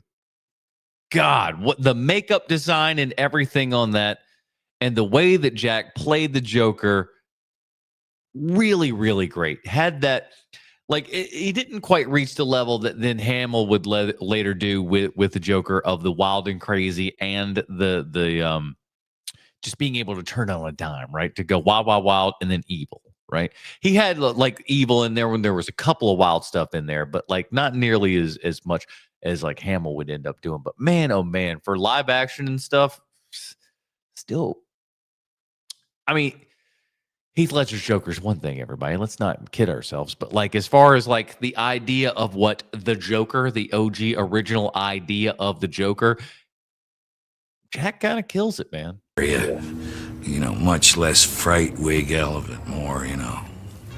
This was also very revolutionary at the time. The chemistry of it was very specific, and they were very inclined toward the creative result of it. And we had a lot of talks. One of the ironies of my life is I'm allergic to spirit gum, you know, the basic unit of movie makeup. That's a bummer. I did one live cast as you would normally, with his face just relaxed in a normal position, and one cast where I asked him to pull the most extreme grin that he could pull, which was quite extreme. Moulded these various items, produced casts of him smiling and not smiling that I could then sculpt on. So I then went back and started trying to sculpt a smile that was always there, but needed him to smile behind it. And that's why it works, too. To take it to the full extent. And then sort of stood back from them, painted them, and sort of looked at them and thought, well, what do I think? At what point in this row of faces do I lose Nicholson? Because anything beyond that point where I lose him, I should just dismiss now. It's really, gosh, it's so good. Because if you're doing a prosthetic makeup, you're gluing bits on somebody's face. And wherever you glue those bits, you are camouflaging the performer. You know, he's got to sell through it. He had to have makeup on and take it off and get down to a second layer of makeup. This is a scientific problem. It was really, really cool how they, it's so good. Oh, and then they cut it off. You sons of bitches, I swear. They always do this to me. The movie I mentioned Sunday, Midnight Ride, Mark Hamill's serial killer, is clearly a proto-Joker in mannerisms and mania. Ooh, all right. I want to check that out. Shit, no one talking about Moneyball is enough for indictment. Yeah, Moneyball is pretty great. Now, did you know that Moneyball was initially, for the longest of long time, supposed to be directed by former baseball phenom Steven Soderbergh? But for whatever reason, it never really got off under him. What's next? Timothée Chalamet's latest movie promo is a perfect example of why virality comes from understanding internet-native formats and not spending more on production. Okay, so now this man's going to break down for us the old Chalamet. In anticipation of the upcoming movie Marty Supreme, Timothée released a recording of an 18-minute Zoom call on his Instagram. It looks like a marketing meeting between him and the A24 team, and over the course of 18 minutes, he pitches increasingly unhinged ideas to promote the movie. Everything from an orange flying blimp to painting the Statue of Liberty orange. The whole thing is a parody, but it's acted and framed exactly like a real marketing meeting. Anyone who has sat through corporate I like the idea that like Timothée just wanted to do all this stuff, and they're just like, just let him do it, okay? He's like, he's very popular. Just let him. We'll just do it. We'll just do it. Who cares? Who I mean, it's free promo. It's free promo. It'll be fine. Brainstorm surrounded by yes people and megalomaniacs with terrible ideas instantly recognizes how real it feels, which is why it's so engaging. Crucially, they designed this for social. Trailers are standard, but they're not inherently shareable. They don't create conversation, which is exactly what fuels virality. Instead, a Zoom meeting, a format everyone instantly recognizes, followed by an 18-minute, very hard-to-watch meeting with some great one-liners. I got to be honest, though. It's just like, I mean, the idea of sitting and watching anyone in a Zoom meeting makes me want to barf. So it's like, it don't, like, you know, say for TikTok Trash Tuesday, it didn't work on me, you know? Is something that drives instant recognition, gets sent to friends, and gets people commenting. The result is 10 million views on Instagram, cross shares on other social channels for a video that at most cost a few $1,000s to produce. It's clever meta-aware marketing that understands the channel, the culture, and importantly, the importance of format.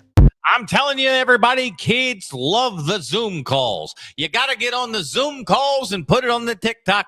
The kids will eat it up with a spoon, I tell you. What's next? Why? When your house is haunted by the ghost of David Lynch. I scare you? Trying to mix it up a little. Got tired of the standard boo. We're trying out why? Bit more of a jovial noise. Got any plans today? You know, as I've been haunting your house, I've discovered that your walls are full of delightful art supplies. Copper piping, plastic U-joints, old mouse traps. I can put those into a zine. The bones of various rodents. It's a veritable smorgasbord of materials.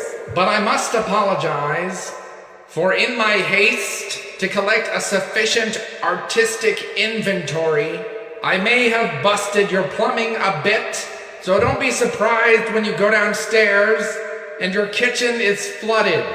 I'd fix it, but I am a ghost. It is not necessarily in my interests to simplify your life. Oh hey, Samuel Fuller's here.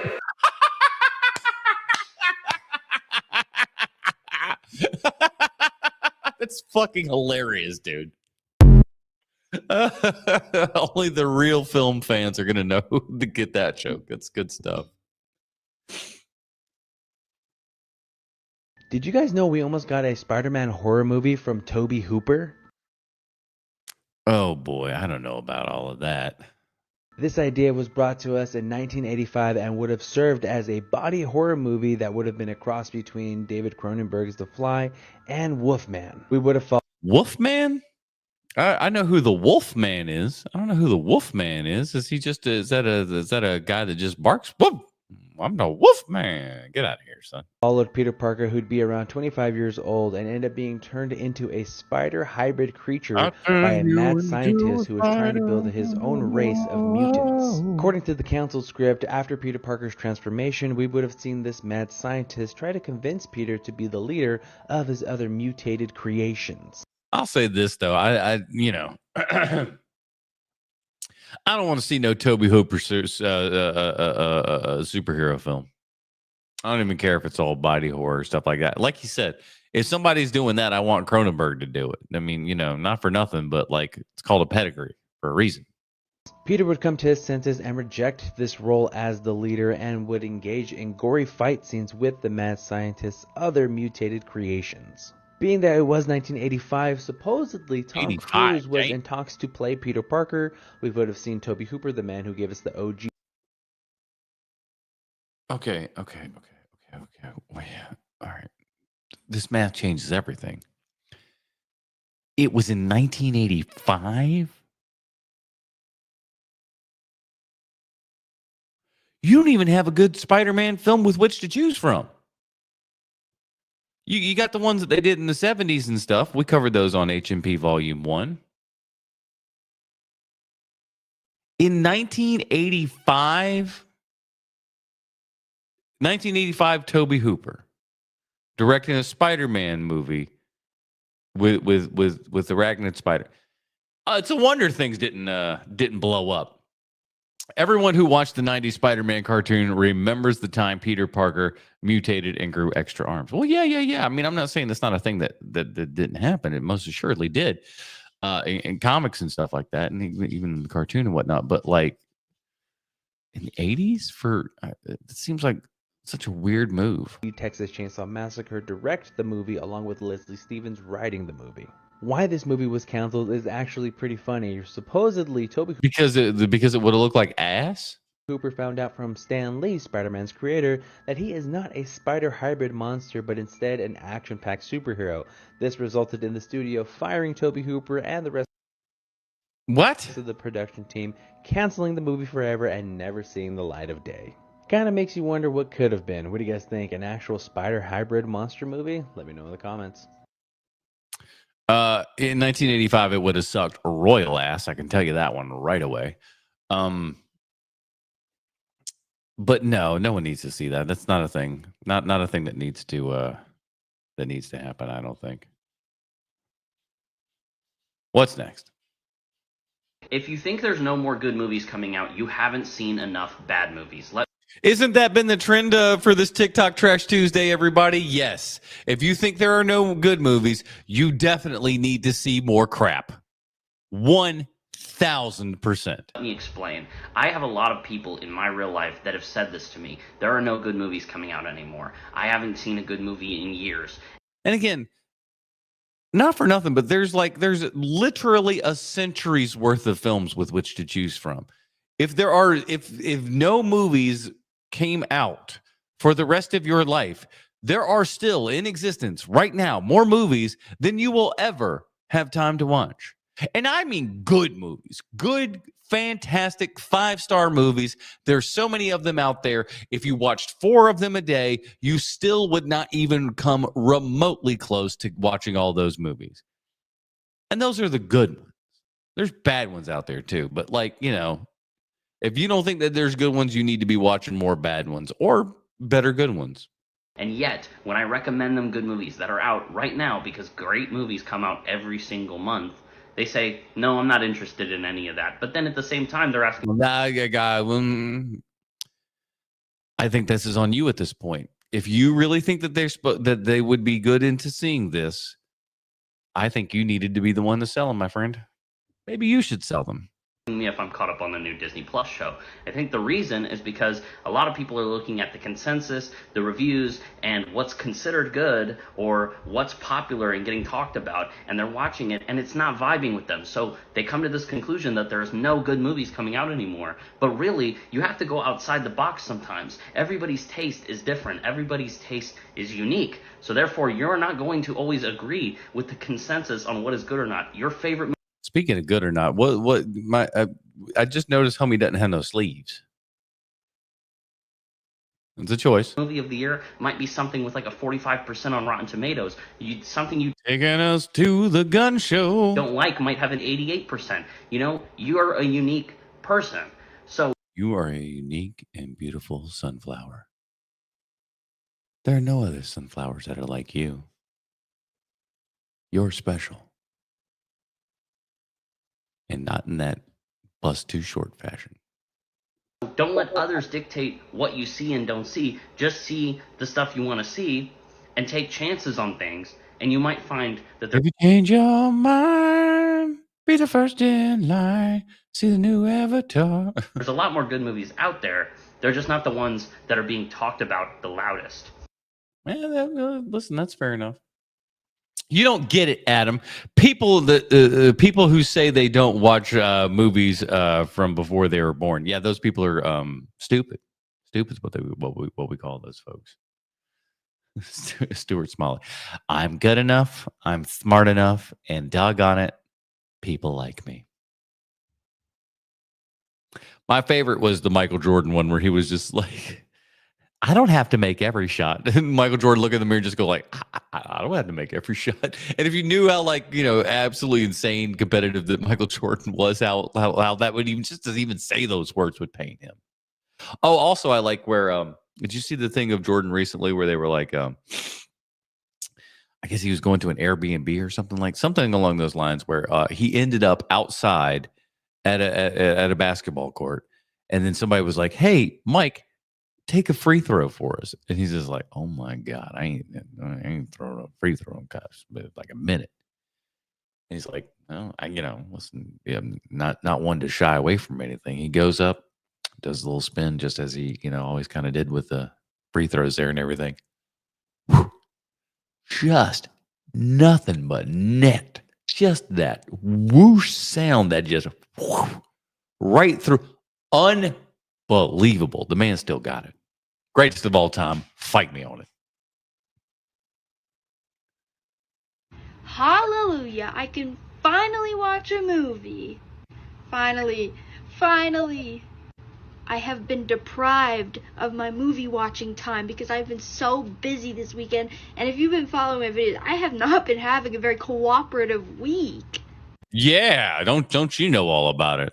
Okay. But basically, we have finished We have finished everything we've needed to finish. So now I can literally sit down and relax and watch my movies. I hope it's some. Tell me she tells us what this movie is, and please God, let it be garbage.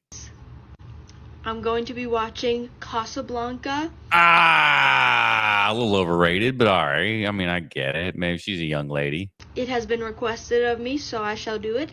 And I will be watching Remains of the Day, which is a personal choice of mine. Okay. So I'm excited. Leave more movies in the comments below of what I should watch next.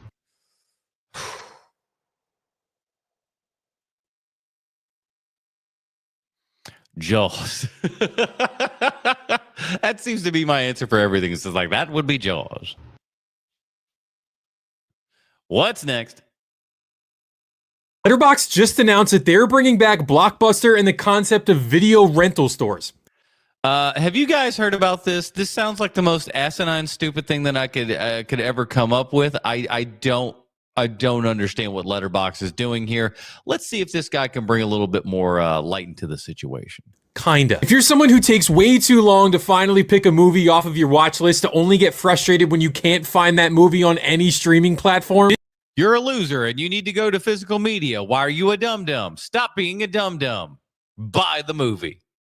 This new Letterboxd feature is going to save your life. Earlier, Is it though? Today, Letterboxd announced this new feature called the Letterboxd Video Store. This is coming in early December 2025, just a few weeks away. And when I first read this, I'm like, I don't know, man. Do we really need another streaming service? No, we do not. But after reading the entire details around this feature drop, I was like, hold on, wait a minute, let them cook. Because I think this is one of the best feature ads that any app that I use has had in a long fucking time. Remember? All right, let's see what it does. Remember when you used to walk into a Blockbuster and you used to know where all the different types of movies were, all the different shelves and the recommendations? Had all these different types of displays with award-winning movies and new releases and employee picks. They were all highly curated, not just... How many people had employee picks at Blockbuster? Does anybody remember that? Because I don't remember nobody. Actually, maybe they had one end cap at one point, but that's about it. It's like thrown at the wall. Yeah, that's what this is. Instead of endlessly doom scrolling through your watch list only to find that the movie you picked can't be found anywhere, you'll now be able to just click on that movie within the Letterboxd Video Store in the app and watch it instantly. No, you fucking won't. No, you won't. No, you won't. How? How? How? They gonna have like licenses with every movie ever? And it's not available anywhere else, but somehow Letterboxd has it? No. It's bullshit. They're building these curated shelves based on the millions of lists and reviews from Letterboxd users. These are so it's literally only the things that they have access to. So not what you just look up. So if you look up something and you're just like, oh, this is some, random short from the 30s or something like that, they're not just gonna have it over there at the video store. I just don't get it. Aren't going to be your usual streaming movie slop list. These are curated, practical, and detailed. Overlooked. Yeah, well, we got that. It's called the Criterion Channel. It's pretty awesome. Get on it. But beloved titles, film festival movies, global cinema, even newly emerging filmmakers. It's all going to be on the video store. Are we paying for it? What are we paying for it? How are these things being licensed? Can we watch them on things that are other than our fucking telephone? Because that's stupid to watch movies on your phone. What is this world coming to? Now there's going to be almost no FOMO from these film festivals that we can't watch because they're not getting distribution because Letterboxd is going to distribute these movies. You don't know that. I doubt. Show the LA Noire doubt screen because that's what's going on right here. Doubt. That shit's crazy. For the first time ever, you're going to be able to browse Letterboxd, find the movies that everyone's raving about, click on it, and watch it directly within the app. Listen, I'm gonna go out on a limb here, and I'm gonna say, A, this ain't gonna work, and B, because it won't work and it won't be successful and it won't continue on the app for much longer. I can't see it happening. I'm not the best at predicting, but I don't think so. App or stream it to your TV. No more adding it to the black hole of your. Oh, that'll be real great. I can just airdrop it to my. I can just AirPlay it over to my TV. Yeah, that's gonna be some great quality. Sounds like a great plan. Your watch list. And renting movies is going to cost money, of course, but they're not charging for a subscription service, and I kind of love. No, you just get raped for rental charges over and over. Buy your movies, everybody. Stop being dickheads. Love that they're not doing the bullshit. You own this digital copy of the movie thing, because we all know if it's not a physical copy, you don't own that shit. Listen, if you're a big time watch list doom scroller like me, this is going to change your life. God damn, my profile looks so dope right now. Disagree. What's next? This bizarre Shirley Temple movie bombed at the box office after trying to rip off The Wizard of Oz just a year after Oz came out. I love stories like this. It's just like, hey, we can do that too. It's like, but can you? Right down to a magical transition from black and white to color. Before I tell you what the movie was, did you know that Shirley was originally considered for the role of Dorothy, but her singing skills and a conflicting studio contract ultimately ruled her out? Wouldn't that be hilarious if she was just saying, somewhere over the rainbow? So, what was the film that failed to recreate the magic of Oz? The 1940 movie, The Bluebird. Shirley plays a brat named Mydle who simply goes to Oh, nice to have your character named after things that they do for period cramps. sleep and wakes up in Technicolor. Mydle and her brother are greeted by a fairy who transforms their dog, cat, and a lamp into humans and sends them all on a journey to find the Bluebird of Happiness. Oh boy. Interestingly, the Do they think that nobody will notice? cat is played by Gail Sondergaard, who was the actress originally chosen to play the Wicked Witch of the West before being replaced by Margaret Hamilton. The group explores the land of the past, the land of luxury, escape a forest fire, and eventually make it to the land of the future, where they meet children waiting to be born. The future! Including their soon-to-be sister, who tells them that she's going to die shortly after joining their family. Jesus Christ! That's bleak.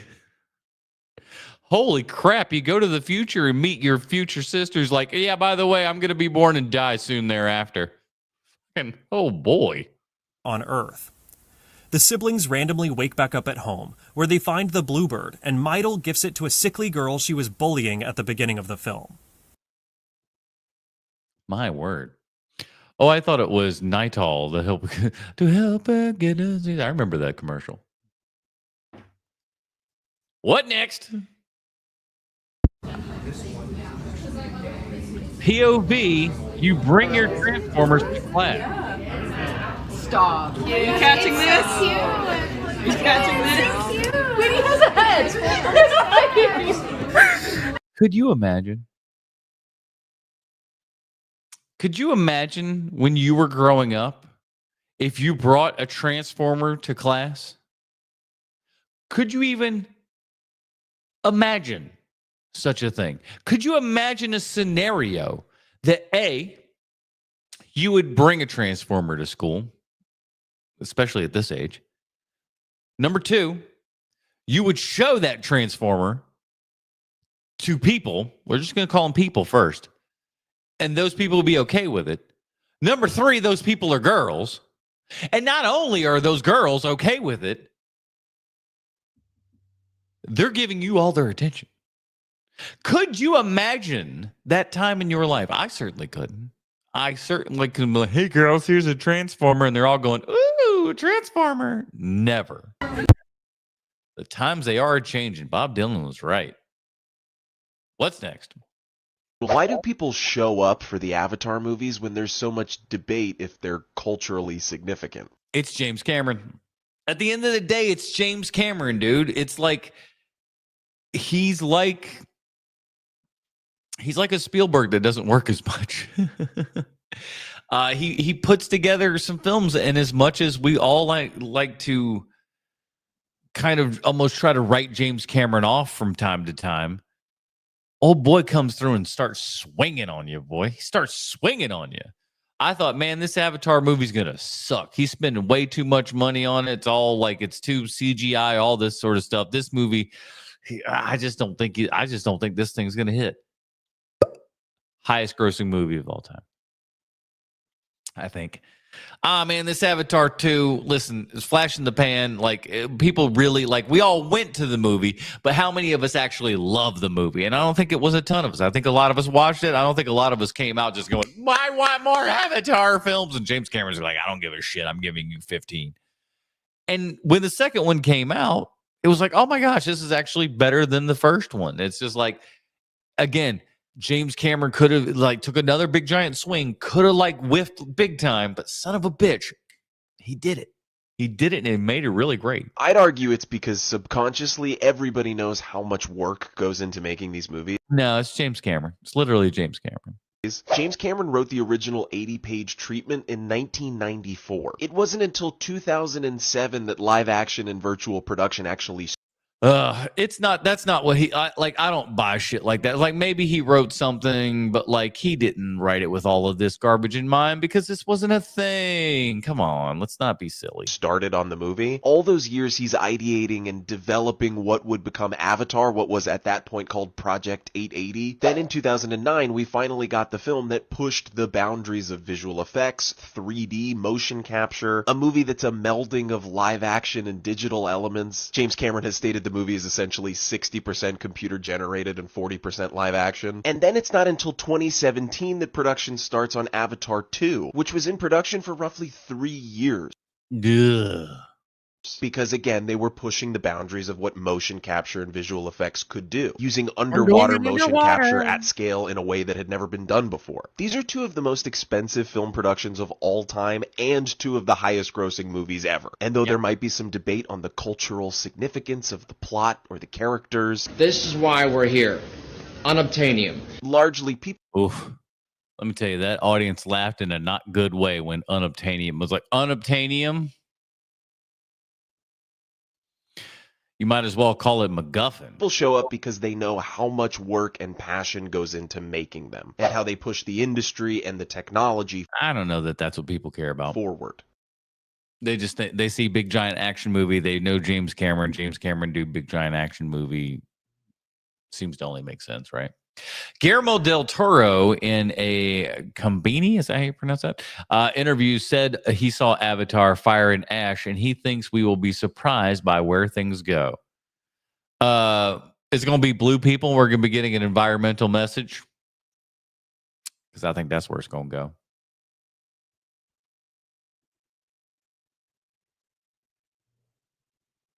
You know what my favorite movie is? A person that does not exist. What's their favorite movie? Avatar. Back to back, son. I sincerely love James Cameron's 2009 film, Avatar. Now, if you said Avatar 2, then yeah. I mean, I get that because it's a better movie. It's like the first like 45 minutes of Avatar 2 are like previously on Avatar, and then they kind of like recap the first film for like 45 minutes, and then they actually get into a decent film. I can name every single character in the 2009 film Avatar. Jake Sully. He's Jake Sully, Jake Sully, Jake Sully. It's the only reason I know that. She says that a gajillion times. And Natiri, Jake Sully, Natiri. That's it. As far as I'm concerned, those are the two characters. I am so glad that James Cameron has committed the entire rest of his life to literally only making Avatar movies. Pretty bad. It's pretty bad. I hate that this is what he's just decided to do. It's just like, oh, this is it. This is what I want to do. Ugh. I loved the first Avatar movie. I loved the second Avatar movie. Listen, the second Avatar movie's better. You just heard me say in the previous video before I saw this. I ain't changed my mind. I don't change my stances on things. It is what it is. I'm looking forward to the third Avatar movie, the fourth Avatar movie. Listen, I'm only looking forward to them in as much as they come out. I saw the trailer for the new one. I only saw it the one time. I don't need to be seeing it again. And I liked it. I was just like, oh, okay. Yeah, I remember this. This will look cool. And we're done. But we'll see. And then will I want to go on to their sequels after that? We'll find out. But I ain't seen that movie yet, so I can't say. Fifth Avatar movie, the sixth Avatar movie. Yeah, hey, I have an idea for tonight. Let's watch Avatar. That person doesn't exist. That's probably very true. What's next? This is going to be a horror hot take. Art the Clown is the Cookie Monster pajama pants of horror. I think somebody's a little bit snooty. Let's see where she's going. And you either get it or you don't. Oh. Listen. I say this only because I feel like it might make her even more mad. But one could interpret what you said as maybe a little racist. Maybe. I'm not saying it was. I'm saying some people may have afforded it that. Just the way you said it, you know. I am 100% behind Cameron wanting to have his own created universe a la Star Wars. I mean, yeah, like I don't disagree. It's just like, come on, you ain't Star Wars though, homie. Few things are. Not even Star Wars. So as I've mentioned, lately I'm getting into physical media, and the one thing no one's mentioned to me is how hard it is to find a way to play the damn discs. It's not that hard. What are you talking about? You buy a Blu-ray player, you're done. If you buy a 4K Blu-ray player, you're really done. With that, I found there's only two companies that really still make them, Sony and Panasonic. Pretty much. There's a couple other here and there, but for the most part, yeah. And then pretty much the entire online community pans Sony and says, don't get those. So They're not the best, but I will say this: I have a Sony Blu-ray player, a multi-region Blu-ray player that does all the things from all the foreign countries and whatnots, and plays them back there in the old NTSC, as it were. That's the only Sony DVD player I got. I mean, I suppose if you count the PS5 as a Blu-ray player. I'm here to show off my new player that I got from Amazon, just to give you an idea of, hey, this is a player that may work for you for a pretty decent price. Because no one also told me, holy hell, how expensive they are. So from Amazon, got the Panasonic UB450. This is different from the 420. The 420 is the one that's more readily available. That one does not have Dolby Vision. This one does. I think that's... All right, I'm gonna just tell you right now. This is the one that you want.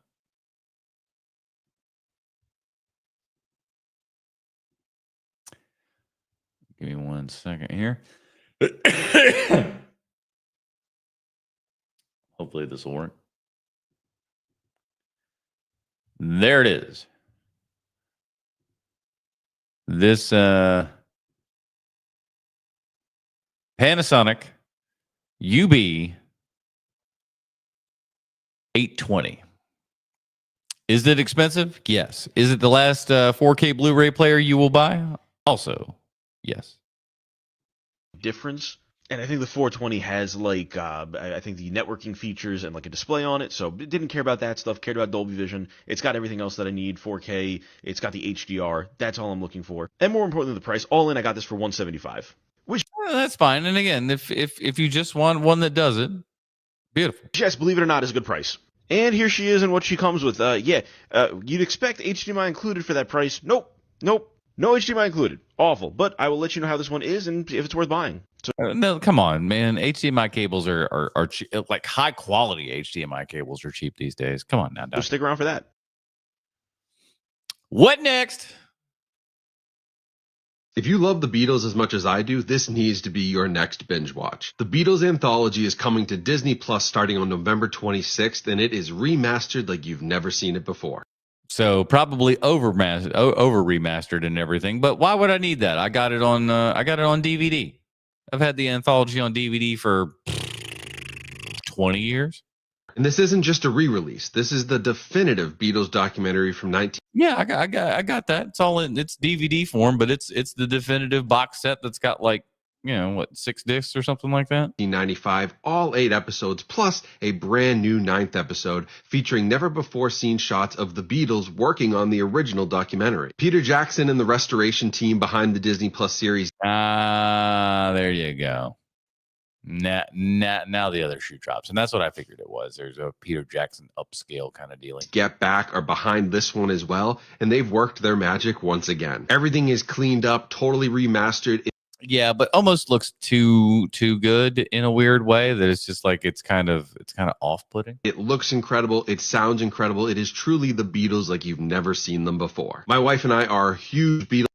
Is this an ad? Beatles fans, we watched the Get Back series in one weekend, binged it, loved it, and I cannot wait to watch the Beatles anthology. So whether you're rediscovering this remastered version or watching the Beatles anthology for the first time, this is the definitive Beatles documentary that every music fan needs to watch. Don't miss it. The 3-episode premiere of the Beatles anthology is streaming only on Disney Plus. Fuck me, this was an ad. Starting on November 26th. They paid you, Jeff. You better say it's an ad.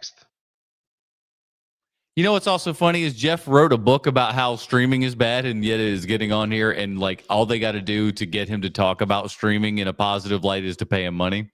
Not for nothing, Jeff, but that is how that worked, my friend. What's the remake of the 1984 Van Halen album cover that I got there? That, my friend, is the Dirty Baby. Yes, it is. It's a takeoff of the Van Halen cover there and everything. And initially, that just kind of it all came from a story that Sean kind of shared of just how being there are some kids out there that are dirty babies, right? That you didn't grow up with Transformers, you grew up with GoBots, right? You didn't do quite as much as all the other, rich and fancy kids and everything. You kind of had the next level down there. You weren't one of those cool kids. You were one of those dirty babies. And that's him. That's the Dirty Baby right there. And if you see, I don't know, let me see if I can get you a good full picture of that. Maybe we can, since we're here, nobody, we don't talk about it enough, I don't think. Get it good.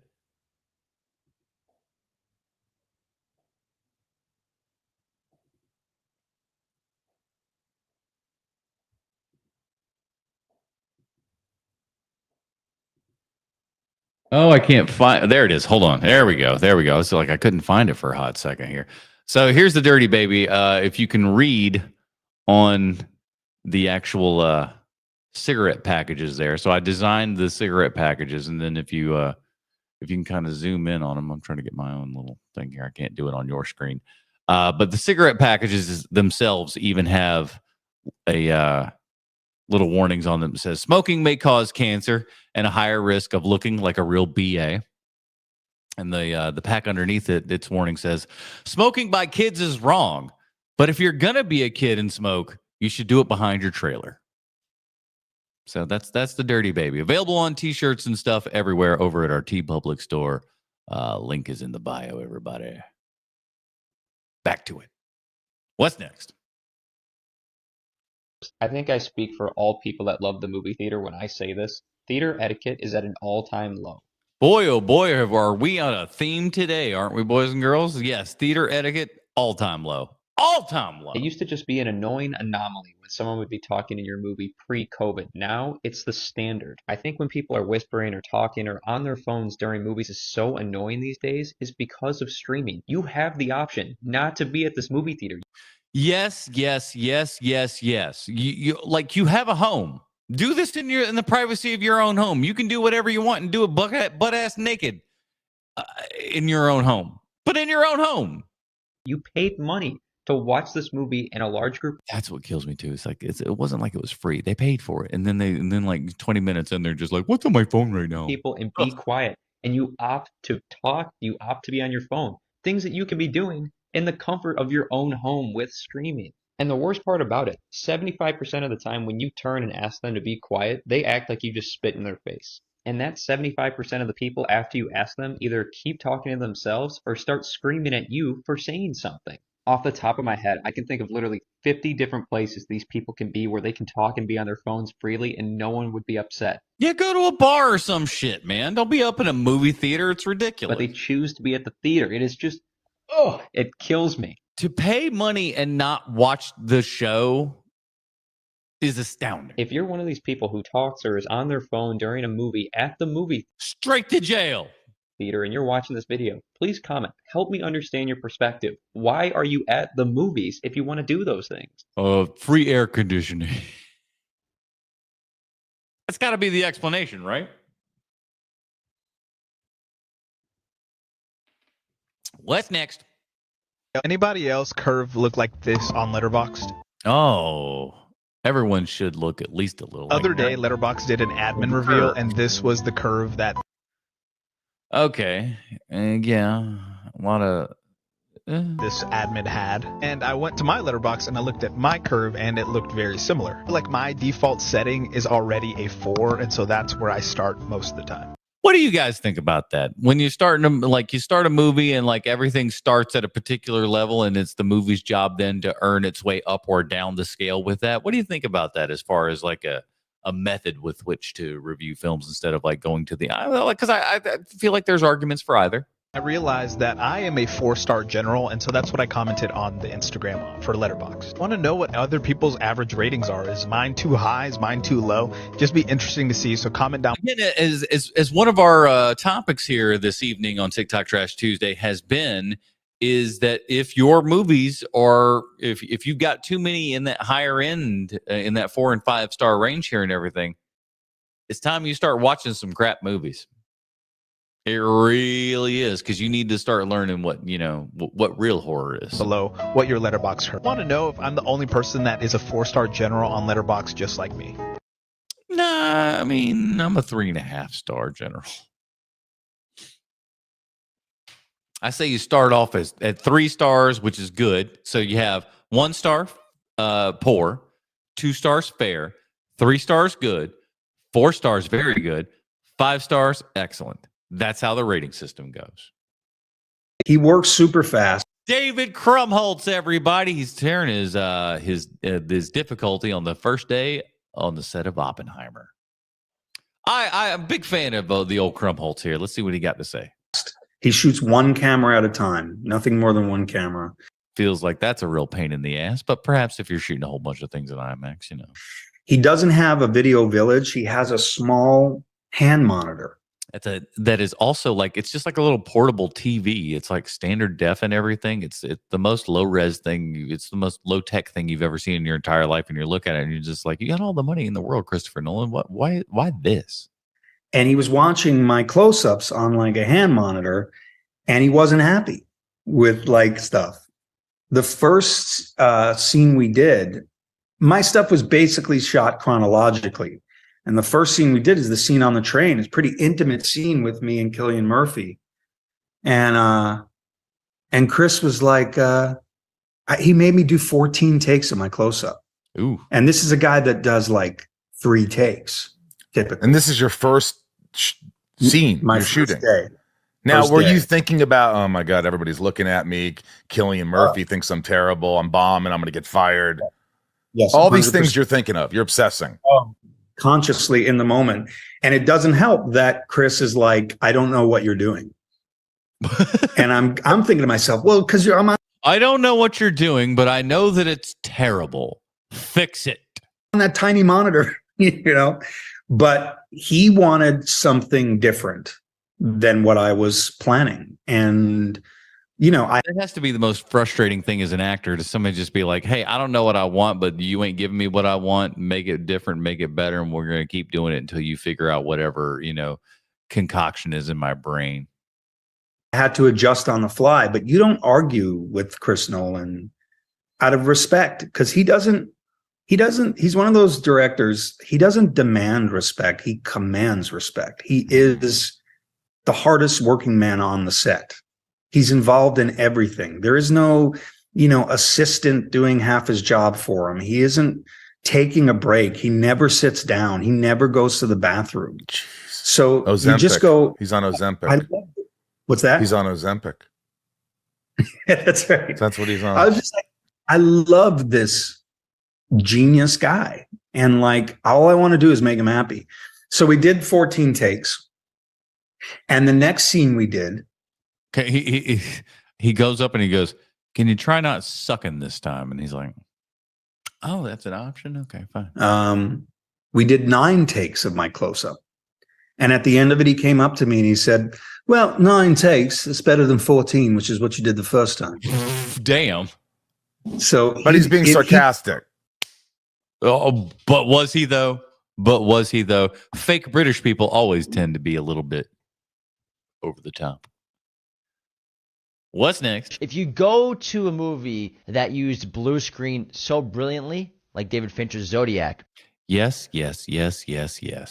I'm glad they're using this as an example, because this is often an example that I give to people about how CGI can be fantastic when someone who knows how to utilize it correctly does so.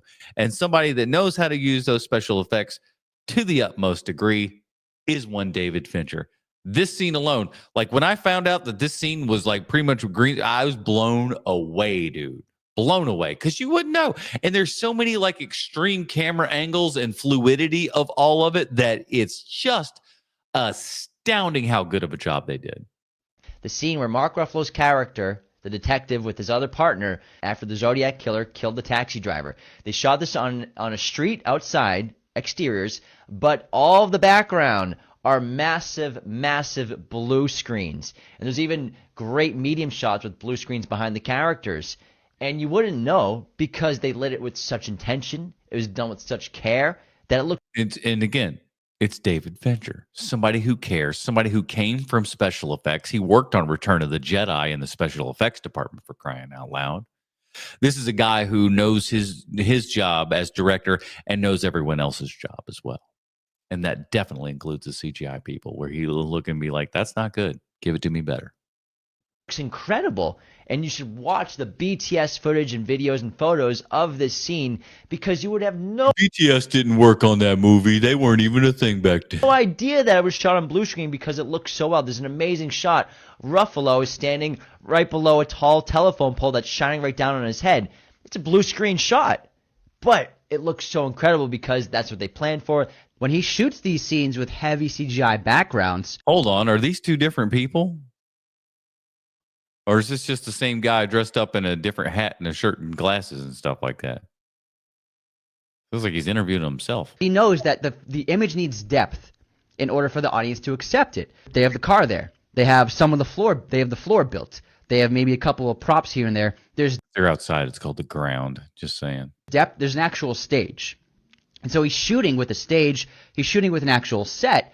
And the background is an extension, but it's not just a flat image of an actor blown up, an actor put against an empty screen behind them. So he understands, and that's why his films look different. He knows how to shoot digital. He knows how to shoot. Are you just going to say the same thing that your boy just said 2 seconds ago? That seems a little redundant, but all right. With CGI backgrounds better than anybody. That's why when you... Yeah, you know the thing you just said? Yeah. That's the thing you just said. Yeah. Right on. Watch his movies, you don't even know it's CGI, because he understands that the image still needs depth and clarity and deep focus for the audience to accept that this is real. Oh boy, these guys went to film school. Jeez, what's next? If I could make Gen Z watch one film from the 80s, now that much of Gen Z is old enough to watch this film, it would be RoboCop.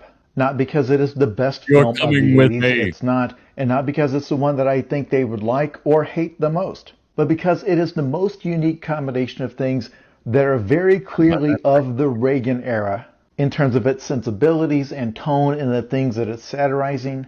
And then parts where they would watch it and say, wait, is this me? Like, is this literally supposed to be me? And I find that fascinating because I was there when this film came out. I was 12 and saw it in the theater.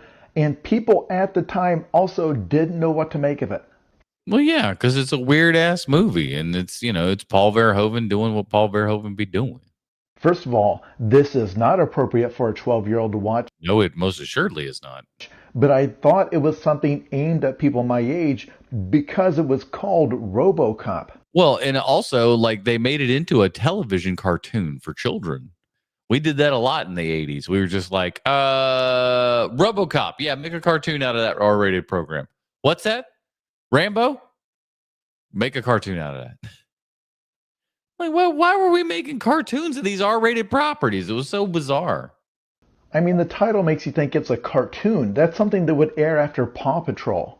And then all of the discussion at the time was... After Paw Patrol, stay tuned for RoboCop. This episode of RoboCop, Murphy gets the big one. It was about how graphic the violence was. It was difficult for this film to get an R rating. And when the Academy Awards came around, it did get nominated in 3 technical categories. And then in the years since, people started to take it more seriously, and today I think it is regarded as a science fiction classic. And I 100% feel like it at least should have gotten a Best Director nod. So when showing this film to a kid who's, say, 20 years old today, I think they would say, well, now hold on, there's a tech CEO as the bad guy? And all the plot points are about cutting government services and privatization and just massive violent overreach in the name of trying to stop street crime. And then you have what seems like a very... Yeah, but you know what? He was effective. And he was trying to take down the bigger bad. clear metaphor of a guy whose body and mind has been half replaced by technology, to the point that his own thoughts and decisions are governed by a corporation and their tech. And the obvious symbolism of having half of his face covered, half machine, half human. And you watch this guy struggle to reclaim his humanity because so much of like this, you know, he's freaking out. What he can do is based on this technology. He depends on it. But also there's the horror of him realizing that he can't remember who he was before the tech took over his mind. And the entire second half of the film is about him trying to reclaim it. Until in the final act, he takes off his visor to reveal his full human face. And then we're all like, put it back on, put it back on. Oh. And once he has done that, has to reclaim his humanity from his makers. He has to throw off the rules that the technology has wired into his brain against his will. A lot of us who sat down in the theater back then looking for a fun shoot 'em up were very surprised at what this film was making us feel. I'd buy that for $1. What's next? I love physical media. The I love physical media guy. Well, boys and girls, here we are.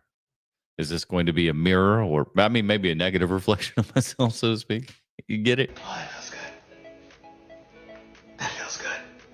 While DVDs use a red laser to read larger pits on the disc, I have no money. They use a blue-violet laser to read smaller pits on the disc. I am so poor. Amen. Thus allowing for a larger data carrying capacity and better audio and better picture. They're two completely different things. Mom, I need $200 for groceries. Jarmusch's director's commentary on this one goes crazy. Y'all know how wild and crazy Jim Jarmusch is. He's so over the top. How did you know Criterion was having a flash sale, Mom? Because it only happens twice a year. It's very predictable. Well, you know exactly when they're going to be. I love physical media. How many times do we have to go over this? They use a blue-violet laser to read smaller pits on the disc, while DVDs use a red... Yeah, but what is HD DVD to use? Do you know about that? I am so poor. I am broke. Amazing featurettes on this. Amazing. You really get a deeper insight into the making of the film. It's so crazy. I'm so poor and I can't stop. I can't stop. Needless to say, the Criterion sale is still going on for a short time for the rest of this month here and everything. Will I get the Wes Anderson box set? We're yet to see. We're yet to see. Got to pay all them other bills first. He's right. I'm very poor. Hit that like and subscribe button. I love you. Process. Fincher said Eastman how 7 and how 35 millimeter scans lie to you. Looks like the 5th part here. So we'll try to catch up. Kodak has spent a lot of money convincing people that if you store exposed cut negatives in a hermetically sealed environment, you can make prints ad infinitum. I know there are a lot of people who tend to bag on digital, but if you could see a 30-year-old negative and what it looks like even when immaculately stored, it was an enormous amount of fixing. A good couple of months were just devoted to bringing the thing back to what I would consider to be a negative. Considering the innumerable poor quality and inconsistent theatrical projection prints, coupled with the inevitable degradation from sometimes hundreds of showings during their runs and years of questionable storage, it's hard to believe that any, let alone most of the scans floating around, are how a film was originally supposed to look. But to give all charitability, there is always the possibility of someone getting a hold of and home scanning a perfectly manufactured and flawlessly maintained print.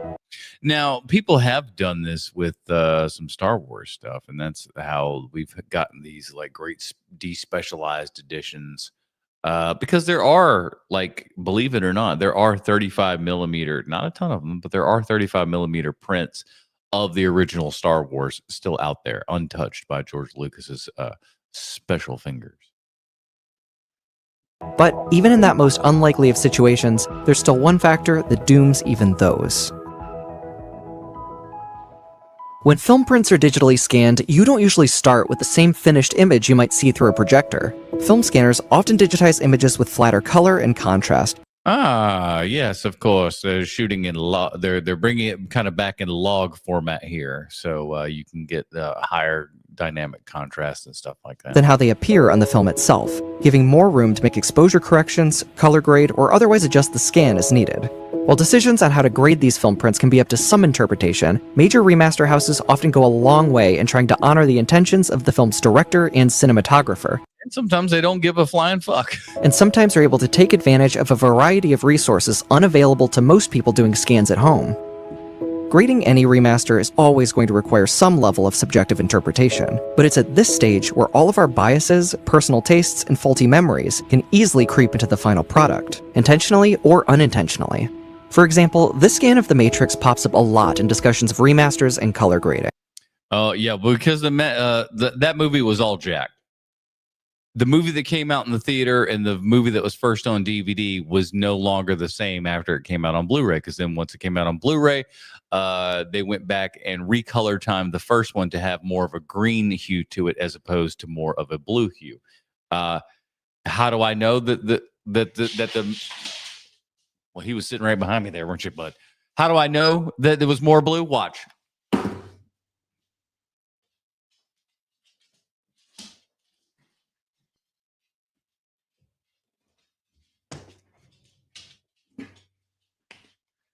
This is the theatrical poster for The Matrix. What color you see here? Blue. This was a very blue movie. They changed it. What you're seeing in the I can't, I don't know what they've done since the 4K. I haven't watched that one, so maybe they changed it back to it, but I doubt it. I doubt it because they wanted the first movie to look like the other two movies, which their palette lend more towards the green and blue. I don't like it, and that's the same thing. And same thing with the Lord of the Rings 4K. Color's wrong. Color's wrong. Just wrong. As you can see, its colors lean much warmer than the Bill Pope supervised 4K release and removes almost every trace of green from the image. This is exactly how a lot of people claim to remember the movie. No. It's not claim. It's factual. I've got a fucking DVD copy I can go and show you. It's there. The green was in the Blu-ray shit. Trust me, I'm right. Despite it contradicting the documented use of green in much of the film's lighting, filtration, and even costuming. Despite this, some people remain unconvinced. It didn't look like this, but it didn't look as again. Go look at the DVD versus the Blu-ray. You will see the difference. I'm gonna see if I can find even somebody's comparison here. Whether it's because the colors are similar to some of the fondly remembered early DVD releases, or because it matches a poor quality print they happened to see during its theatrical run. I disagree. I saw it in the theater. I was a big fan, as I think most people were. The Matrix DVDs versus Blu-ray color difference. Here we go.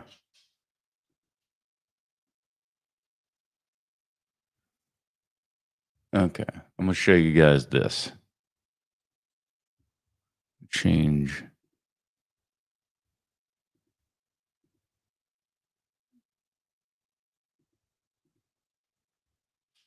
So this is look at the difference. You see this? A little tough to see here. Yep. Look at how different all of the you're looking at all kinds of crazy stuff. It's tough to tell where things are going, where everybody is at. Not a fan. Not a fan. Let me see what this movie talking about. Hold on. Let's catch up with chat here real fast.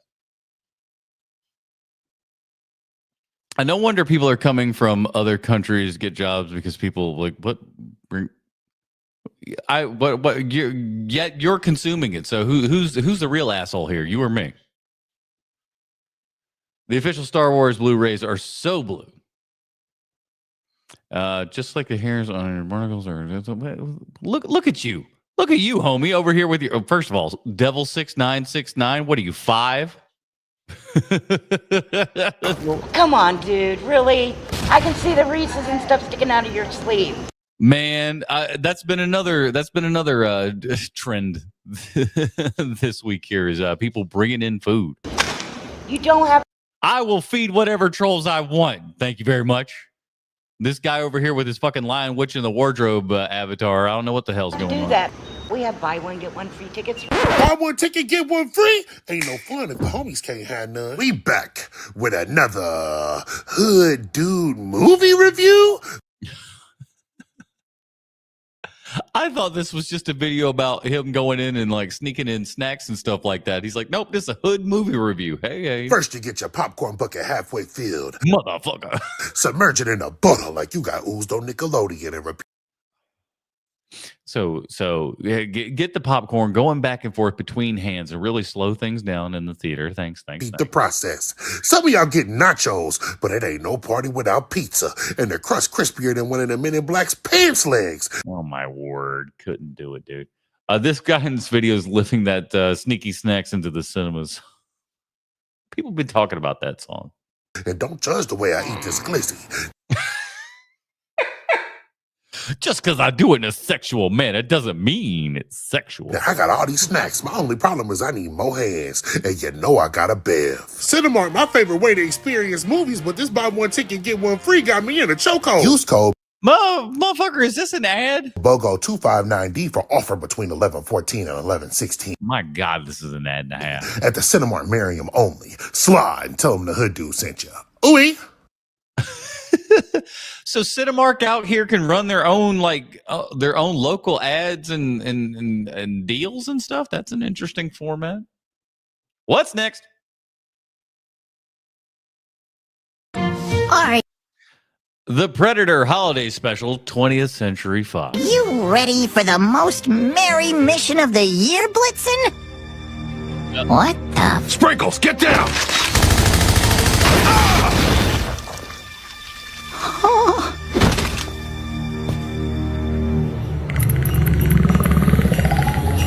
The Predator Holiday. Sprinkles for Prancer! Sprinkles for Prancer! Blitzen's down! I need help! No!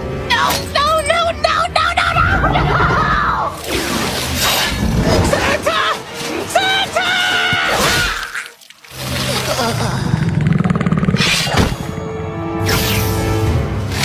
Sprinkles' call came in from up ahead. Follow me.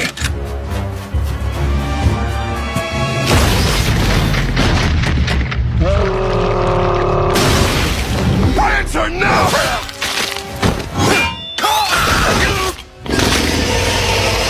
I mean, it's cool, but like, I don't know. Yeah. Maybe I'm jaded.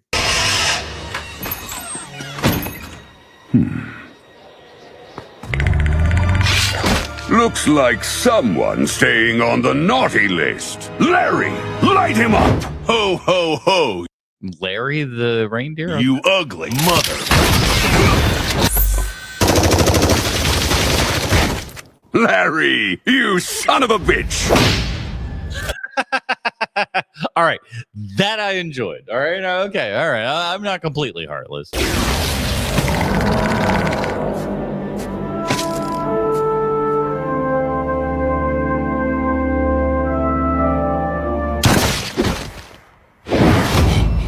Sprinkles, you're bleeding. I ain't got time to bleed.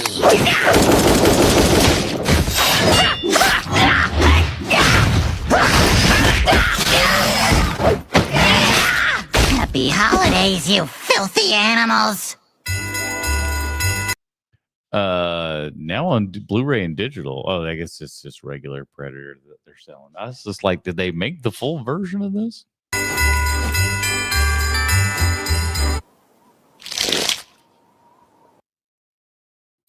Santa Claus conquers the Predators. Ho, ho, holy sh! Oh, man, Santa got a dirty mouth on him. My gosh. All right, here it is, everybody. Jamal's back.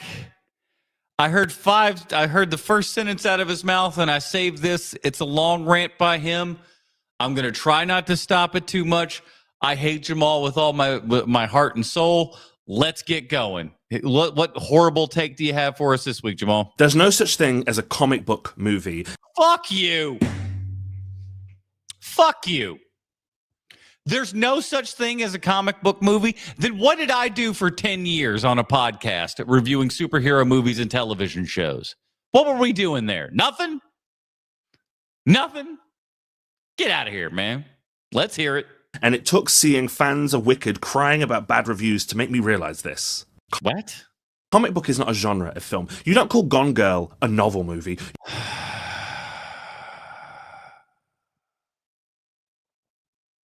All right, let's keep going. You call it a drama and you recognize that it's adapted from a novel. Same thing here. There's no such thing as a comic book movie. There are movies that adapt comic books. Yeah, but it's shorthand. Why are we being pedantic and ant fucking?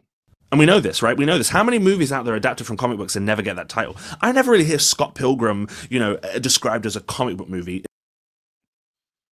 Did we cover Scott Pilgrim on HMP Volume 1? Yes. It's adapted. Did we say it was a comic book? Yes. Did we have the comic book connection as we did every week? Yes. Comic book movie.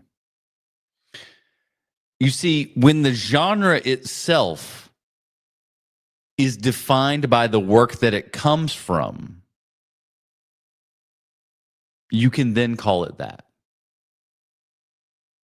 Because it's specific. He mentioned Gone Girl. You can, use Gone Girl as like a suspense or a mystery kind of thing. Like, it's still that kind of, I don't know. This is an ant fucking argument. From a comic, but people really would call it a romantic comedy, a cult classic, an Edgar Wright movie before they'd reference it as a comic book movie. People that didn't know that it was a comic book movie, but you can say that about anything. You could be like, Jurassic Park is a sci-fi movie, but not, you're right. It's not a book movie, but but when the genre is comic book, it's different. Road to Perdition, History of Violence, Ghost World, HMP. We've reviewed all of these specifically as comic book films. You're wrong, homie. Men in Black. These are things that use every one of them. Every one of them, HMP reviews from back in the day. We did 680 some odd episodes. If there's a superhero movie out there, chances are we've covered it. Trust me, it's a genre, my man. The language of cinema, not the language of format. I bet half of you. I bet half of you. I'm going to be smarter than you. Hold on. You didn't even know some of those were originally from comic books. We did. Did you know Two Guns is? That's another one that listen, we can go on for days about this shit. It almost seems like he wants to be like, I knew something that you didn't know. Fuck you. We all knew that. The term comic book movie has only really ever been ascribed to Marvel and DC as a kind of marketing. Wrong. Just because that's the only way that your dumbass has seen it doesn't mean that that's it. You are so gleefully ignorant of stuff. It's hilarious. Strategy, which tells you it isn't about medium at all. It's a marketing category so that fans can convince themselves it's a cinematic one and it can play outside of the rules of cinema. Or are you trying to convince them of that? Again, Jamal be over here putting words in people's mouths and thoughts in their heads for sure. So they can, enjoy it in ways that give them an excuse to. But you don't need an excuse. You can still enjoy it and recognize that it's part of a different format now. And you could enjoy things too. But again, as I've always said, Jamal, you can't enjoy shit. You are an unenjoyable kind of guy. Everything, and I'm somebody that likes to complain about some stuff. Don't get me wrong. I'm a complainer. But you make me look like lightweight over here, boy. Comic book isn't a genre. It's a source. Film, drama, action, romance. By the way, is this the only jacket you have? I only ever see you wearing this jumpsuit right here. I know you love this horrible poster behind you that you could get from any TikTok store. I saw that thing. I've seen that. But like, is it what? Well, you got to get a new jacket, man. Those are genres. And once it becomes a film, it lives in the world of film. Some of you will have seen that Wicked. Oh my God. You could be like, the horror movie isn't a horror movie. It's a film. Fuck you. What's the difference? Part 2 has gotten a handful of negative reviews. It's mostly positive, by the way. It's mostly positive. But the criticisms, having seen the movie, I totally get. Yeah, whatever. Oh God. Now you're taking criticisms for movies that you haven't even seen yet. A real Jamal move. They're totally valid because these reviewers are looking at things through the lens of cinema. As they should. It's a movie now. I've seen people all over going after the reviewer Justin Chang of the New Yorker because he wrote a piece. It wasn't even that harsh, and the comments are vicious. It's giving real Last Jedi energy. Ugh. Congratulations, fandoms are stupid all the way around. So what? Here's the truth. It's not yours anymore. It's not yours. It's not the stage musical you fell in love with. It's a film. And the moment it becomes a film, it belongs to the world of film. Oh my God. He really thinks he's cooking with this, don't he? When it's celebrated as a movie, you have to accept it will receive critique as one too. That's the risk and reward factor. Oh, again, I love people like not making actual points while feeling like they're making the biggest of points. It's like, you're not saying anything, dude. To hear. This happens so often with Marvel and Star Wars and any book adaptation. Anyone with a bit of a lore addiction, they'll argue about faithfulness as if faithfulness has anything to do with quality. It doesn't. It can. It can, though. If you give me a Spider-Man and Peter Parker is not a high school kid, but an elementary school kid who's handicapped and, has a speech impediment and doesn't get bit by a spider, but gets bit by a cat. You see, none of this shit makes any sense. If Marvel movies were comic book movies, it would be called the Marvel Comic Book Cinematic Universe. Oh, God. Here's an ant and here is you fucking it. There's no, why? Why? Not. It's Marvel Cinematic Universe for a reason. They have distinguished the two for a reason. It's playing by the rules of film. Oh, of course. It's 2 hours. They're different mediums. What point are you making? Not comics. There's a play here on the West End about Stranger Things. Guess who's reviewing that play? Theatre people. Theatre reviewers. Yeah, but if a movie person came in and reviewed it, what? I've seen a stage play of Train Spotting. Do I not get to speak on that because I'm not a theater kid?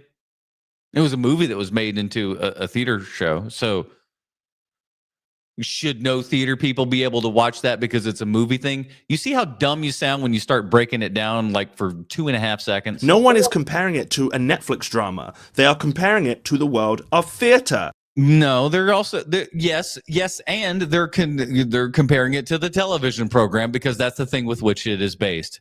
Duh. Whatever the source, whatever the thing. You see how he gets so the eyebrows make him like he feels like that's selling his point. If I make a scrunchy face, then everybody knows that I'm real serious about everything. Get a grip. It has to evaluate itself by the standards of that medium. Your nostalgia, your emotional connection, your history, your memories, they all shape your personal enjoyment.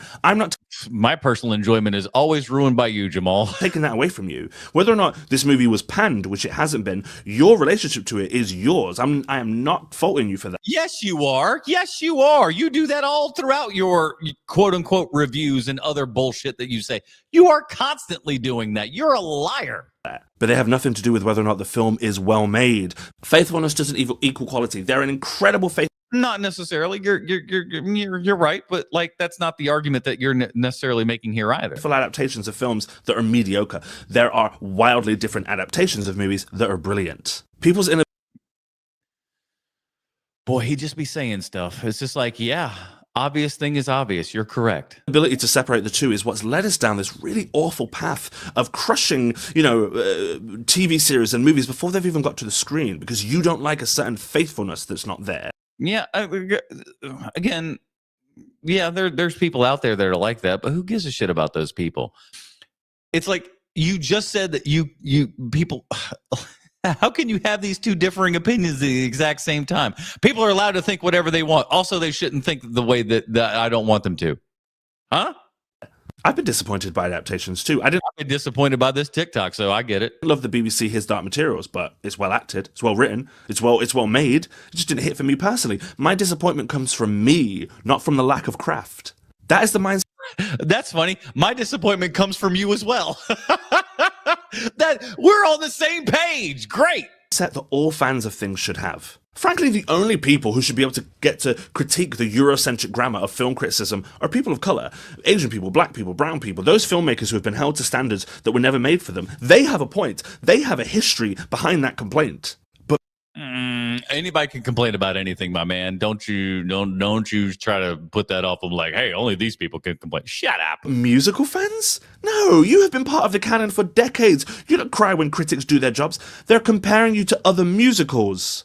It's healthy and normal to understand personal attachment in one hand and recognize. What are you talking about? You of all people don't understand that. You take your personal shit all the time. We did an entire reaction video about how you said, hey, this Fantastic Four movie is 4 stars, but I'm going to rate it 0 stars because I'm an asshole. What are you talking about? You can't even live up to your own standards or the standards that you hold for other people. You yourself are full of crap, my friend. Now, as objective craft in the other. And also, none of you are using your words. You of all people, you've been saying the same thing for 5 minutes now. You ain't really come up to a good point. You're just insulting reviewers online. I'll be insulting you, but use your words to explain why they're wrong and you're right. Jamal, you've heard all of my words. I know that you pretend that my videos don't exist and you pretend that you have never seen any of them. I know that you have because you specifically referenced something that I said once, and trust me, no one else was telling you to do that stuff, but I was. You're not. When a story moves mediums, it's not yours anymore. It belongs to the medium. Yeah, I agree with that, but boy, oh boy, did he make a shit point with that. That's another Jamal one, everybody. He's quite the keeper over there, and that is the end of another TikTok Trash Tuesday. Oh my God, have we been going on almost 3 hours with this? Sweet Mary and Joseph, boy. Thank you guys so much for checking out. I made myself disappear. For checking out the show and everything, hitting that like and subscribe button and hanging out in the chat. It's been lovely seeing you all there. And it's lovely that you've been joining us on this TikTok Trash Tuesday.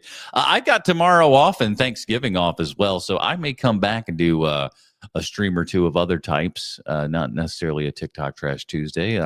There's a Linus Tech Tips video that he talks about watching several different movie types. I'm thinking about watching something like that. Maybe doing a couple other things here and hanging out and doing some live chats and all that kind of good stuff. So check out all of that. Make sure to hit that like and subscribe button and the notification bell so you know when we're going live and all that kind of good stuff. And again, join us Sunday evening, 8 p.m. Eastern, when we're talking about where we're going into our Christmas season here. And we're going to be reviewing are these Christmas movies? We need to come up with a title for the series specifically and everything, but questionable Christmas movies. And we'll be discussing on, the factors on what makes a Christmas movie and stuff like that. And we're going to be doing that all throughout the month of December. So go check that out at Half-Ass Movie Podcast. That's this channel right here. For heaven's sakes, like, subscribe, hit that like button and all those kind of good things, and hit the hype button. The hype button is starting to be available for just about everybody at this point. So when you do that, that helps this program get out to other fine dirty babies just like yourselves. That is it, everybody. Join me next Tuesday for another TikTok Trash Tuesday. We'll see you next time, everybody. Play the button, Frank. See you guys.